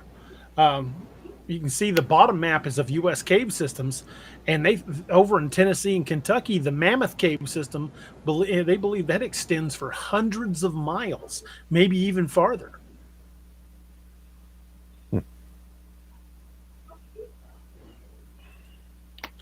There's always a pothole showing up, exposing a new section of the cave system. And I think the furthest our expeditions have ever gone into those caves is just a few miles. I mean, you've got to outfit an expedition. It's very tough to continue a supply line that far underground. Mm-hmm. They would have to, basically pack all their supplies in, go back for more, set up a base camp, explore farther, bring more supplies, because it's not like they can call in an ATV or a helicopter to bring them in, because those caves just extend forever. Yeah. And if there happens to be a cave in, well, they're kind of SOL. They have to call some miners or some sort of drill team man to get them out. Mm-hmm. You get lost down there, well, you may never be found. Mrs. Chef Yoda says that D.A. Roberts author, there's a guy who has put out a documentary about giants on the island of Sicily, and he was interviewing people who were hired by the Catholic Church to dig up bones. That doesn't surprise me. I mean, again, giant bones have been found all over the world, and they always just seem to get shut up. Lovelock Cave is the perfect example. Those bones were put on prominent display in a museum for years until the Smithsonian went in one day and said, "Hey, we'd like to take those for further study." And they got the slips, the documentation from the Smithsonian saying that they were turned over, and the Smithsonian was like, "Yeah, we have no record of that." They were never seen again. Pretty much. The archives of the Smithsonian is pretty much in itself its own cave. Pretty Standing much. the entire underneath that, all of the mall, and even farther under DC. Mm-hmm. Alrighty, gentlemen, I'm going to take a pause for the. I'm going to let you guys go. My internet is getting a little spotty around here, and it's getting a little late here. I got a sick kiddo to deal with, so we will catch you guys the next time. Well, tell everybody I said hi, Steve. Will do. Every night. Catch you later, brother. Good night, all. George Jennings says Dell Indian Echo Cave runs south toward Tennessee. Missouri is riddled with caves. Missouri limestone is known for cave systems that go back God knows how far. I used to go exploring caves when I was a teenager and into my early 20s, and I just barely scratched the surface of some of these caves, and some of them we went back pretty far, but never did get to the end of them. Yeah. Along with those caves, the limestone caves, there's also the lava tubes. Mm-hmm. Yeah. And some of those can go on for miles and miles as well.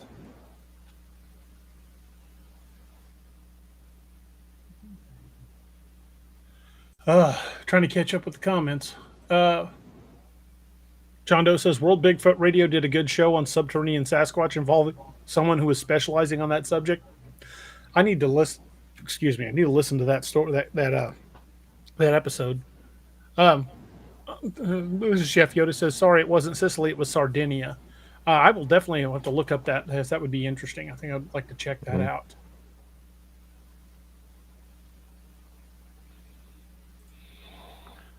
John Doe says, even if World Bigfoot Radio can get a bit wonky at times, that was quite a good episode.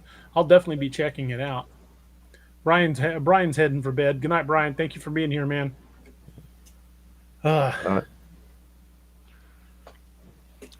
This is a rabbit hole we could continue down for hours and hours.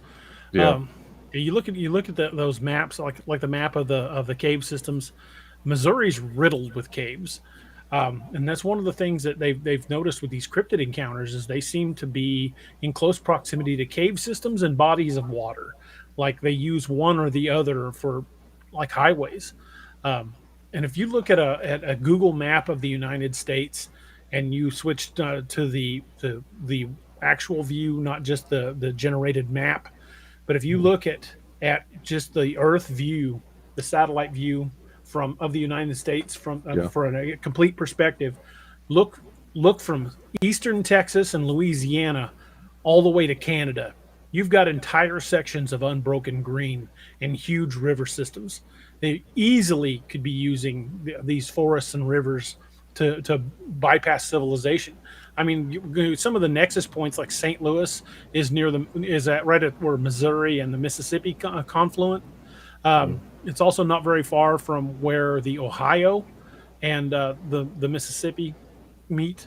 But you've still got so many of these encounters that happen near these big river systems. And it's easy for them to follow other areas to avoid big cities. But if you look at some of the cases like in Oklahoma, they've been reported in towns. It's almost like Bigfoot type creatures are losing their fear of man. And that's kind of a terrifying thought. Around St. Louis, there are areas in like the suburbs of St. Louis that is just completely forested. Mm-hmm. And there are multiple I guess natural parks, and that is scattered around St. Louis that allows for such creatures to use it as part of their highway system to travel north and south. Yeah, I firmly believe they're using lakes and rivers to travel along, because anything that's going to have to survive in the woods, it's going to need a source of water, a source of food, and shelter of some sort. Cave systems provide the shelter, and a lot of times cave systems also provide water because of the springs that run through these caves. There's a Merrimack cave, where there's bits and pieces of it that are kind of scattered in other towns. Mm-hmm. And there's one arm that shows up in Pacific, Missouri, another arm that shows up on the other side of the highway from north of 44. There's no real size of how big the Merrimack caverns are. Yeah, so they've only explored a small portion of the Merrimack caverns. So that could be part of like a shelter for them to go, or a transient point. Yeah, very much so. John Doe's got a good point. He said if someone didn't want to be followed, they could go into a cave and just roll a large boulder over the entrance. That wouldn't take too terribly much, especially if they're as strong as we think they are. Yeah. Use natural cover to camouflage it, make it look. Very much so. John Doe says, kind of makes you think about how the missing 411 boulder fields are pretty common. Exactly. There could be a cave there, and we'd never know if they were capable of rolling a large boulder over that cave, which seems to me that they are. Use like trapdoor spider tactics. Just something comes by that they want to snag, grab it. Yeah, we talk about their natural camouflage ability. Some people associate it with a cloaking, with a natural ability to cloak and things like that. And I'm not saying they're wrong. I tend to go for physical evidence versus any supposition that goes toward the supernatural. Not necessarily supernatural, but I firmly believe you can't explain a mystery with another mystery. I think their natural camouflage ability is just that. It's like the gray of the skin can reflect the color of the plant life around them, and if their hair is translucent like a polar bear, it can refract and redirect light. Polar bears are that's part of their natural camouflage. Makes them very hard to see when they're hunting on the snowfields. But I have a good friend that I used to go deer hunting with, and he was an Army Ranger. And this is just a guy that was trained on how to do it. He could go into the woods and in 30 seconds vanish, and I couldn't find the guy. I used to think I was pretty good at being able to track deer and find things in the woods, but this guy would just vanish. And he was not born to it like Bigfoot type creatures or Dogman creatures. He was just very, very good at it. And if it's something that a human can learn, you can bet that something that's born to that environment is going to be damn good at it. Yeah.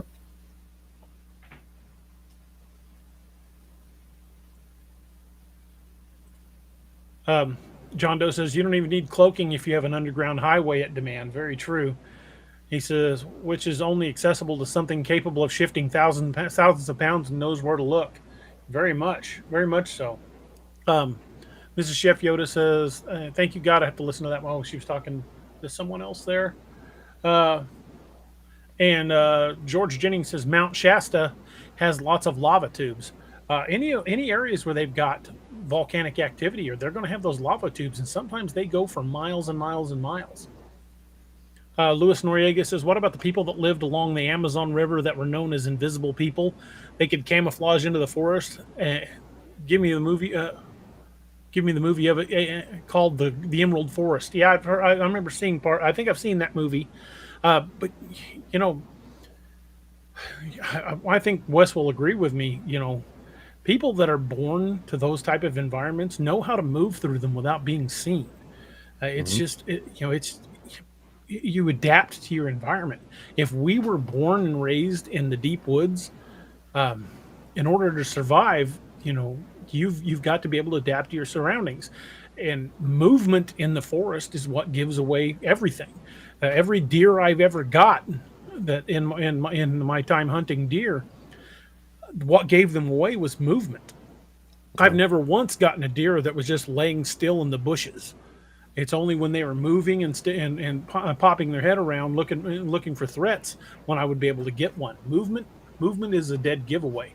And if you're good at stealth and you know your surroundings and you move very, very slowly, you're going to be very hard to spot unless you're wearing, something bright orange or brightly colored. Then there's the ability to recognize patterns. Correct. William Bedard says, and give us another super chat, says, biggest cover cloaking is the governments of the world. You're not wrong. Martin Napier says, a lot of researchers talk about them spidering, which is drop to their stomach and crawl away on all fours. I think both Dogman and Bigfoot are very capable of traveling on all fours. There's so many accounts of Bigfoot moving on all fours because they can move quicker. Much like great apes. Great apes are capable of walking on two legs, but they only really get fast when they're got their knuckles on their hands with their knuckles on the ground, and they're using all fours for momentum. I think it'd be the same thing with a Bigfoot type creature. Also, I would say they're very adept at climbing trees. What do you think, Wes? For their movement, and could be that normally they move around on all fours, just like a gorilla. Mm-hmm. And but when they feel threatened is when they get up on the hind legs, make themselves look bigger. That makes a lot of sense. Well, we also know from Dr. Jeff Meldrum's research into the morphology of Bigfoot tracks that they have what's called a mid-tarsal break, which means their foot flexes very differently from a human's, which would actually be a very good argument for them moving on all fours, because they wouldn't have to have their foot angled like ours would be if we were trying to walk on our hands and feet. They would be very much adapted to moving on their knuckles and just their toes. Yeah. As for their ability to climb, their ability to climb is most likely just like ours, or just like any other great ape. But I think they would be less likely to climb because they would be more thoughtful of their own size. They would try to find places that if they were to hide, mm-hmm. they can hide their entire body. Caves being one way, but climb up into like a tree. I think someone's going to be questioning, is like, what's that big thing up there? A big old blob up there. Yeah, well, maybe it's just the juveniles that climb trees, but there's a number of accounts that describe them as being up in the treetops. Enough so that I think I would, if I'm out in the woods, I'm going to be scanning left, right, and up. Mm-hmm. And occasionally checking my back trail. Mondak 40 Research says, have you ever heard about the encounter in Texas where a Sasquatch grabbed the bike from a kid and tossed it into a tree? It was on Sasquatch Chronicles, the first years of the show. I did hear about that. They threw it like 30 feet up in a tree and they couldn't recover it. Mark Napier says, spidering, they keep their stomach very low to the ground so they can stay hid behind low bushes and rocks. It's a good camouflage technique. I mean, it's much like in the military teaching you to low crawl when you're trying to stay low and unseen. Yeah. I think we've gotten really in depth in some of these theories tonight. And these are behaviors that are seen not just in Missouri, but are seen, all over the United States. I think these Bigfoot creatures and Dogman, by the extension, are very intelligent and very capable of using their environment to their advantage. And if they're traveling in these cave systems and using river systems, they're going to make themselves very, very difficult to find. And that seems to be their modus operandi. They don't want us to find them. Yeah. They probably evolved knowing that humans are bad news. And in the instances of missing 411, the people that go missing are generally off by themselves. Not only have they evolved and adapted to be fearful of humans, they most likely have their own language that they speak, and their own stories, and to be fearful, to be passed on and be fearful of humankind. Correct. Well, we know from Ron Moorhead's Sierra Sound audio recordings that he made of Bigfoot talking to each other up in the mountains of Northern California.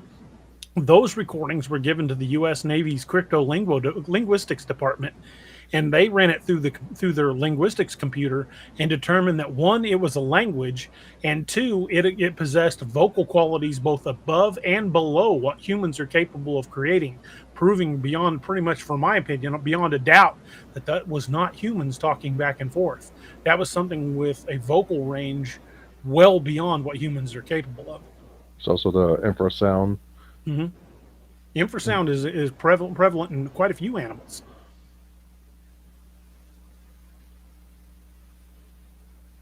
Tigers use it to stun their prey. Mm-hmm. Infrasound is one of those ones that kind of freaks me out. I mean, if you're walking along and you get hit with infrasound, no two people react to it the same way. Some people get sick. Some get violent headaches. Some people lose pieces of time, like they don't know what happened for 3 to 5 minutes. Infrasound does directly affect your central nervous system. So if you're being stalked by a creature like that, and it hits you with the infrasound, you might not even know you're being hit. Overloads on your body, or overloads on your brain's trying to figure it out. It's like, oh, I don't know what to do. Exactly. Wes, what do you think about tree structures? About Bigfoot type creatures creating these tree structures out in the woods? Well, this is the first hearing of them, but if they're creating tree structures, and they're probably doing it for like shelter. Mm-hmm. Some of them appear to be territorial markings. And in some places, they've actually found, these are in remote locations where there was no roads or anything like that. They have found where large trees have been broken off at about like the 10 to 12 foot mark, uprooted, then shoved back into the ground with the roots sticking in the air. That's definitely sending a message. Yeah, that would take a great deal of strength to do it. A human couldn't do it. No. And we're talking about tree trunks that weigh almost a ton. And if it also sounds like something that's like showing, it's like, hey, I'm this big, I'm this strong, stay away. Yeah, it very well could be a warning. This is my territory. This is what I can do.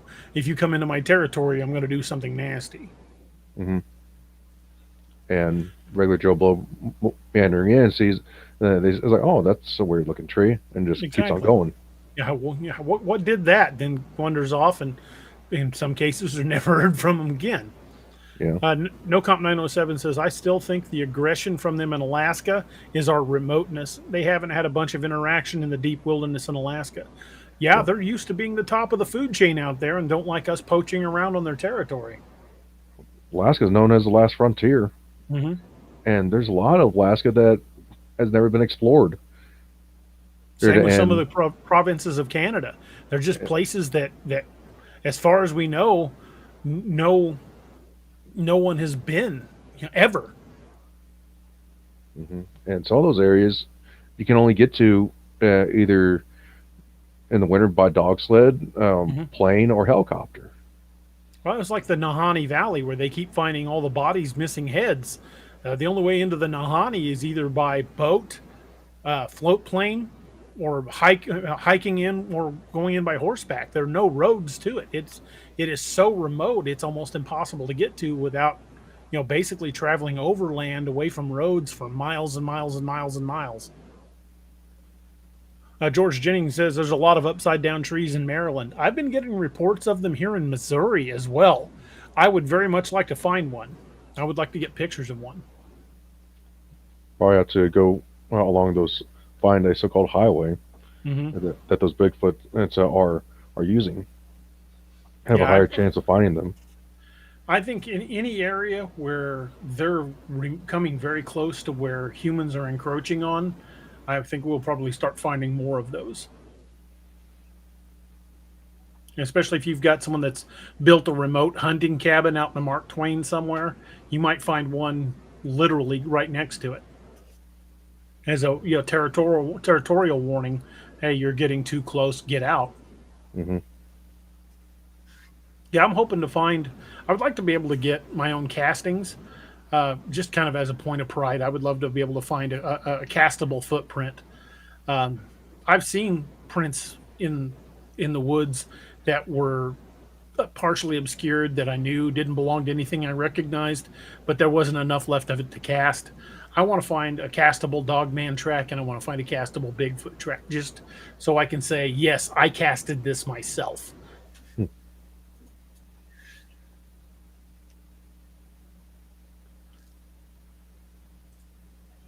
Uh, William Bedard says mountain giants 18 feet and little people 18 inches. Crazy world we live in. Very true. When I used to live in Okinawa, there was a cryptid that was endemic to the island. Mhm. And try to look it up real quick. It's called Kijimuna. Mhm. They're childlike. They're only about like 3 to 4 feet tall, but they're kind of like almost tricksters of sorts. They just kind of mess with people, and for how small they are, some people say that they might, if they was to see one, they just might see just part of it and it's gone. Yeah. And they'd be seen around banyan trees. They're typically red in color and are known to be great fishers. Mm-hmm. Were they dangerous toward people? Not really. They're considered like forest guardians of sorts. Oh, okay. It's the Okinawans kind of see it as like if you see one that got great fortune or that good luck, but then there's some people that see them and they just see their world turn upside down because of how frustrating that they can become. Yeah. Well, that's very different from the Pukwudgie legend because they're considered to be very dangerous and would lure people to their deaths in the swamps. Mm-hmm. So the Pukwudgies are very different from that. I was wondering if they were even anything similar, but if they're considered agents of good fortune and defenders of the woods, that's definitely not the Pukwudgie because those things are known to be pretty nasty. Yeah. And with these humanoid like creatures, there's also it's like if how they act with other tribes if they're accepted. Mm-hmm. And they have developed a good relation with the local populace. No Comp 907. I know he lives up in Alaska. He said one night in the winter of 1994, several dogs were ripped to pieces and left right where the Harry found them. Unfortunately, the dogs were chained and couldn't get away. 5 dogs altogether. That's not uncommon. I mean, I've heard lots of accounts. Bigfoot don't like dogs. Mm-hmm. They'll either kill them outright or carry them off. But especially dogs that bark a lot. There's been lots of accounts of Bigfoot attacking and killing dogs.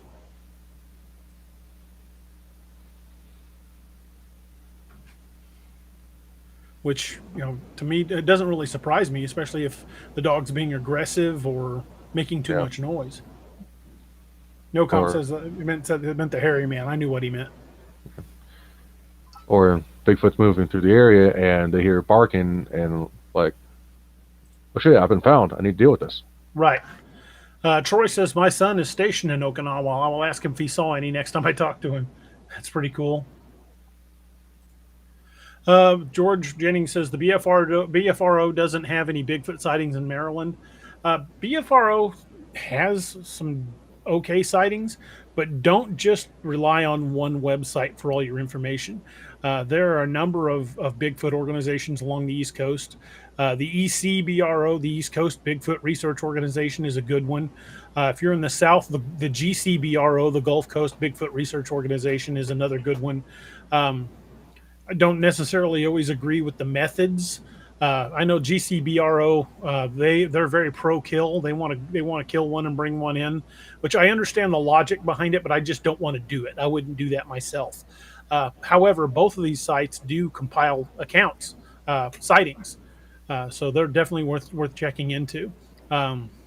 Always check for multiple locations. If you look on Facebook, you'll find dozens and dozens of Bigfoot groups on Facebook that from not only regional but national groups that will talk about their encounters and discussions. I know there's several groups from here in the Ozarks, Missouri, and Arkansas specifically that have Facebook groups. I'm a member of several. So if you're looking for regional area sightings in your area, check Facebook and look for Bigfoot organizations specific to your region. I know there's some Bigfoot researchers that are like extremely specific. Like there's one group that concentrates their efforts just in the Upper Peninsula area of Michigan. Was it Michigan or Wisconsin? The Upper Peninsula of Wisconsin, I believe. But the Upper Peninsula area is what they specifically target on. And I just heard an account day before yesterday. It was actually on a show, a documentary I was watching of a dogman, a fairly violent dogman encounter in the Upper Peninsula area. So they're out there. If you're looking for Bigfoot accounts in your area, the BFRO is a good place to start. But just realize that they're not the only one out there.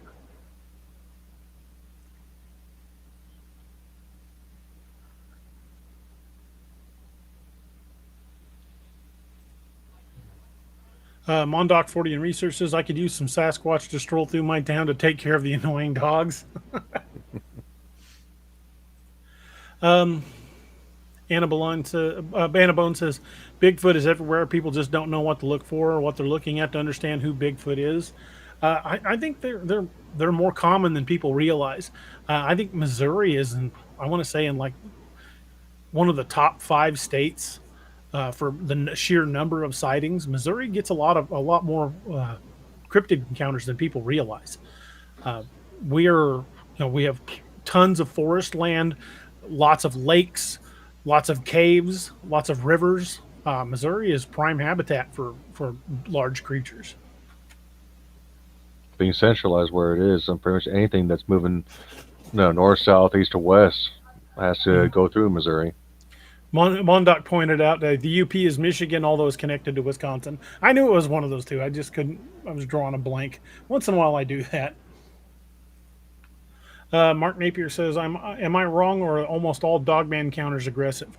Yeah, I would say 99% of dogman encounters that I've heard talk about them either like turning doorknobs and trying to get into people's houses, or chasing people. Very seldom do you get a dogman encounter where they just saw it and it kind of looked at them and went its own way. One of the best ones that I remember was a retired couple, and I want to say this was in Kentucky. They were traveling with their camper trailer, and they were going to stop in a park to spend the night at one of the campsites. And a park ranger's like, I don't know, folks. If I were you, this time of year, I wouldn't spend the night in this park. I would probably find someplace else to camp for the night. And they're like, well, it's a campground. What's the big deal? And he's like, I can't really tell you why. I just say, for example, people don't stay here this time of year. And they noticed that the campground was empty. Well, they kind of got a creepy feeling at the campground, and they decided to leave. And while they were leaving the park, they heard something hit the side of their trailer. So they stopped, and the husband got out to look and see what the damage was. Like they thought maybe something had flipped up and hit it. And they could see where something had impacted with the side. While he was looking at it, a dogman growled at him from the bushes, and he saw it. When he first saw it, it was on all fours. Then he described that popping sound, much like joints popping or knuckles cracking, and it stood up. And apparently he fired at it several times with a 357 Magnum and didn't hurt it. So he ran, dove in the truck, and took off. And I guess it chased them until he hit about 50 miles an hour. From what I understand, those creatures, they're just pure muscle, very Yeah, dense muscle. And so 357 Magnum not doing much, pretty much just making them mad and annoying it. be the same thing with Bigfoot. When you're talking about something with that much bone density and that much muscle, I mean, it'd be like trying to hunt a moose with a 223. You're probably not going to knock it down. Unless Nope. you're very, very good shot and you hit the exact right spot, 223 is not going to drop a moose or an elk. Just way too much muscle and bone.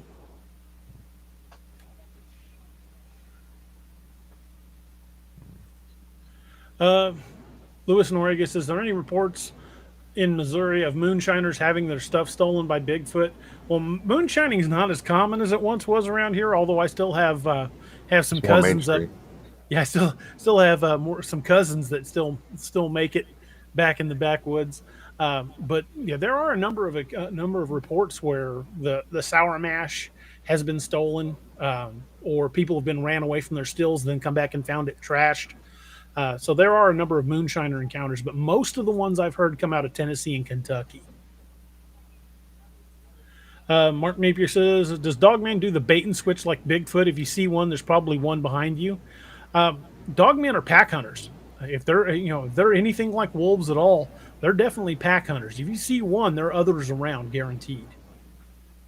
And if they got the intelligence of a man, Hmm. there's no telling what other sorts of traps that they can use. They Exactly. could possibly, if they target a person, they could be staking out the place for weeks, learning the person what when they leave, when they come home, when they go out. It's much like a predator. Right. Which, Well, since they are apex predators, they're going to do the predator thing correct. and mix in intelligence of learning the individual. Well, there are lots of accounts of Bigfoot only coming up and like slapping the side of a house or trying doorknobs when the husband's gone and the wife's there by herself. Lots of accounts of that. They're smart enough to watch patterns. Ivy Ray says, "DA reading Lost Legion Blood and Honor. How the heck do you come up with your stories and details are amazing? Will you continue this series?" Yes, I have a new book in the works on that series. It's the first book of another group of characters. It's called Man's Marauders. Takes place, and you'll see a lot. It takes place in that same sci-fi universe, and you'll see a lot of familiar characters. But specifically, you're going to see a lot of Duncan Kane.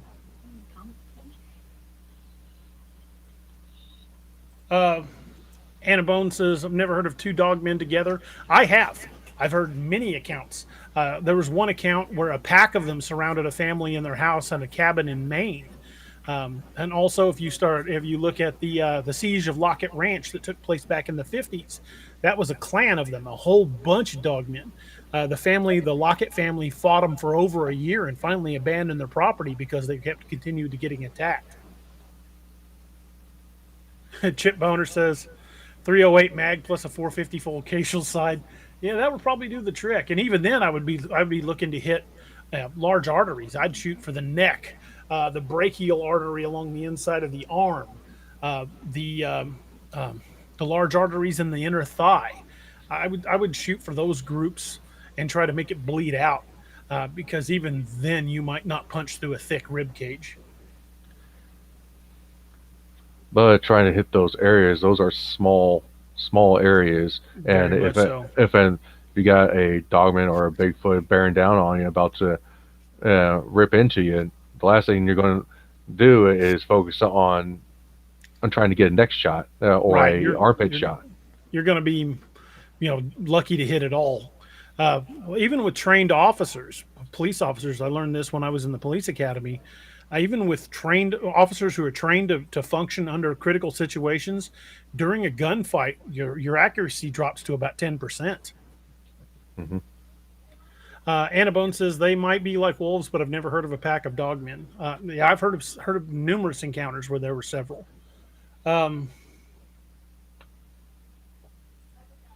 Again, she says, or a pack attacking. Usually the stories are about one. A lot of the stories are about one, but that doesn't mean there weren't others present. But if you look at some of the encounters in Maine, they have been large packs. The siege at Lockett Ranch was a pack. Ivy Ray says she likes Aurelius. Aurelius is a fun character. I definitely want to get back to that.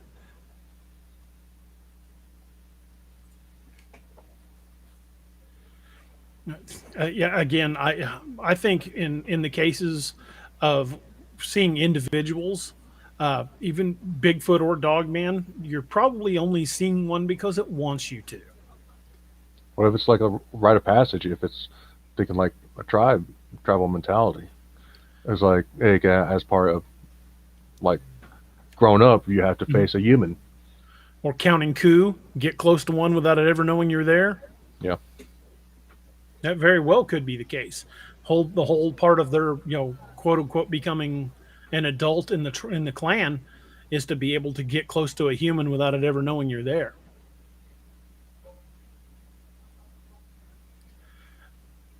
And if Dogman and Bigfoot are as intelligent as we think, we'd be foolish to think they're operating solo all the time. You would have to assume there are others nearby. Then what if it's also a test of if they are shapeshifters, if they can control themselves in this wolf form? Mm-hmm. I mean, it's like, hey, they must approach a human and basically be able to control themselves. There were some accounts that I heard not too long ago that came from the Navajo reservation in New Mexico about people that were attacked in their homes by Bigfoot creatures. That people had been dragged out of their houses, which is a very, very dangerous thing. Of course, if it's as strong as we think it is, smashing in the door to a house is child's play. Yeah. And there's parts of the res that are very mountainous. Mm-hmm. Yes, there are caves. And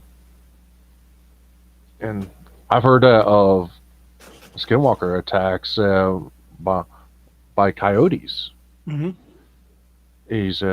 Coyotes surrounding a hogan and or attacking one person, and the coyotes are having unusual amount of strength, or are very persistent, and which is unusual. Yeah. Well, not only that, but how often do people go missing on the res and it doesn't get reported? Yeah. Not to the outside authorities, because the FBI doesn't really investigate it. It's up to the BIA. Yeah, and the BIA, they got other things to deal with. So you got the Navajo Res Police that they tried to attempt. There's actually a episode of Navajo Police where they thought that they've found a skinwalker. Yeah, and they videotaped on air what appeared to be eyes in this tiny little cave and staring back at them. But when they went to investigate, nothing was there. And as I said, with the skinwalkers, it's kind of a taboo thing to go out and try and find. And if someone comes in contact with a skinwalker, they'd rather not talk about it, or else they fear that they're going to be attacked themselves or attacked again. Exactly. If I was an officer working on one of the reservations, there is no way I would ever discount somebody's account saying I had a skinwalker attacking my house, or I had a Bigfoot trying to get into my house. There's no way I would go, oh, that doesn't happen. I would investigate it like any other call. Mm-hmm. Because I firmly believe a lot of that stuff happens, and most law enforcement agencies just blow it off. Mm-hmm. And I mean, like up in the Pacific Northwest, there are dozens and dozens of 911 calls that have been made that have been completely ignored because they've said, I think I've got a Bigfoot in my yard. And they're like, oh, yeah, whatever. And they just hang up. Yeah. And there's no telling how many stories that people have kept to themselves. Oh, yeah. I would still say that there are thousands upon thousands of accounts that have never been brought to light because people don't want to be made fun of or thought crazy.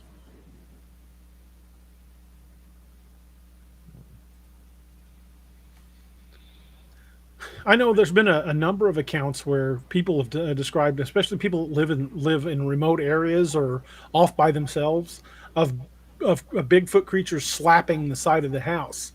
Do you have do you know what? Do you have any idea what you think that behavior would be? Because nobody really knows for sure. Uh, the way I would look at it is as a sign of, hey, we know we're here, we know you're here.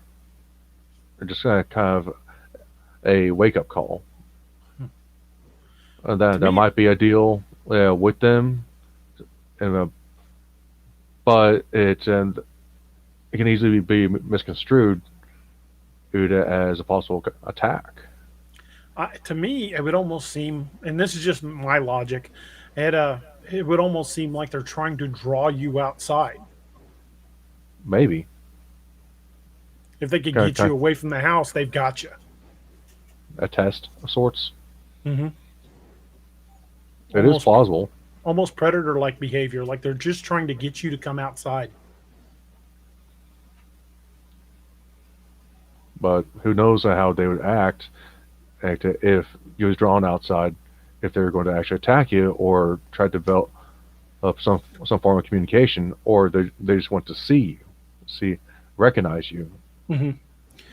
Ace Banner 007 says, could it be the way for Bigfoot reporting in and letting them know he has the night watch?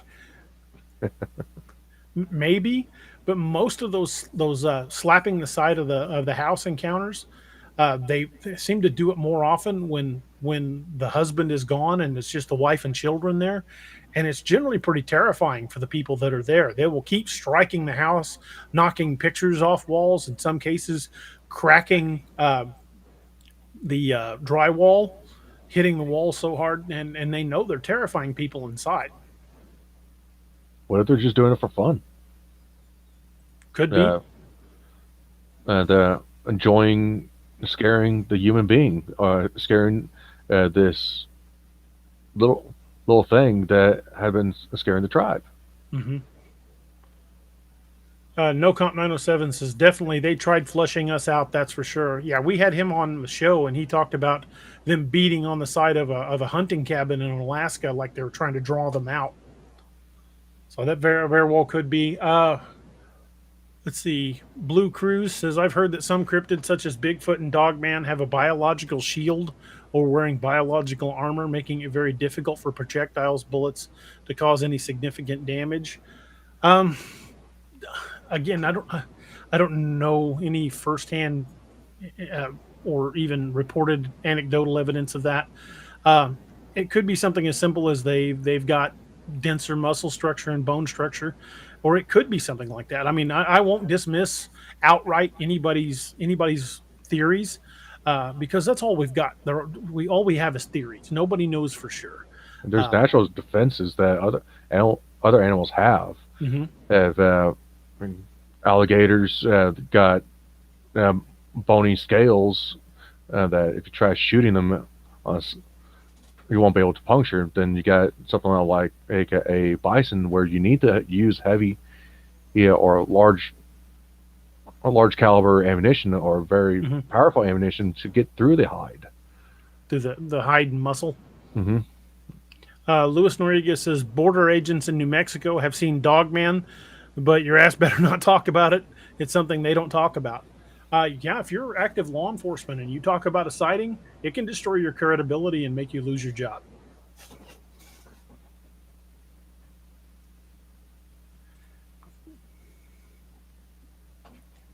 That's why most cops never come forward with sightings, not until after they've retired. Mm-hmm. But I know a number of retired cops who have come forward, especially U.S. Forestry Service workers.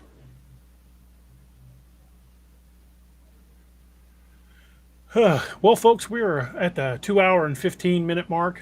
I think we're going to start winding things down. It's getting a little late here, and I would still like to get some writing done tonight so I can hopefully finish the, well, maybe not finish, but come closer to finishing Lakeview 3. I'm getting pretty close. Wes, thanks, brother. Thank you for coming Mhm. on. I really appreciate you coming on. Appreciate all your insights. I may be doing a paranormal investigation at the old Landers Theater in Springfield uh, here in the near future. I would love for you to go with us. Yeah. There's also that cemetery that I told you about, the old Union Campground Cemetery that has Hmm. had some paranormal activity going on. Yeah, I'd love to go out there. We should go out there one of these nights. Mark Napier says, I think Bigfoot not being hurt by guns falls to humans too scared to shoot straight. That very well may be as well. Also comes down to training. Most people, uh, Hmm. there's some people that has guns that shouldn't have guns because they can't. It's like there's some people that's able to shoot sub MOA groups, but there's some people that shoot them in a barn. There were a couple of people I went to the law enforcement academy with that should never have had guns. Oh, there's one young lady almost shot me on the range. Oof. Just absolute no need for her to have a firearm. But again, thank you guys for joining us tonight. Wes, again, thanks, brother. Thank you for Yep. coming on. I definitely want to do some paranormal investigating in the area with you. I think that'd be a lot of fun. Um, and maybe we can do some cryptid hunting as well, because I know there's a lot of sightings in this area. Um, Tooth Aching asked a question. I'll take it real quick. Says, DA, any chance of getting a timeline of the DA verse sometime soon? I asked Santa, but the dude didn't come through. I have an old one, but I'm in the process of getting a new one done. Watch my website, daroberts.net, for that in the near future. I'm going to get with my buddy Josh and see if we can do a much better, higher resolution one than the one I made. It wasn't very good. Folks, if you've got an encounter that you would like us to talk about on the air, or you have a question, or just want to ask us something about the show, or have an idea for a show, you can email us at daroberts@daroberts.net. Or if you want to have a question for Naoma, you can contact her at naomafin@gmail.com. Also, don't forget, if you are thinking of getting one of those Dark Angel medical kits, go to darkangelmedical.com and use the discount code Cryptid25 for 25% off your purchase. And if you want to contact us through the mail, we have a PO box. Let me see if I can find that real quick. There we go. You can contact us by mail at PO Box 4614, Springfield, Missouri 65808-4614. We would love to hear from you. If you've got any requests for shows you would like to see, or topics you would like to see us cover, or you got questions or encounters of your own you would like to share, we would love to hear about them. So thank you, folks, for joining us tonight. Again, Wes, thank you for joining us. Mm-hmm. I hope you guys have a great evening, and we will see you guys on Wednesday. Y'all have a safe night and have a great weekend. Good night, everybody. Good night. Thank you for joining us tonight on DAX Machina. If you ever have an encounter of your own that you wish to discuss, contact us at daroberts@daroberts.net. You can remain completely anonymous if you wish. Pull your covers up tight and keep a nightlight burning bright. Oh, and did you forget to lock your doors?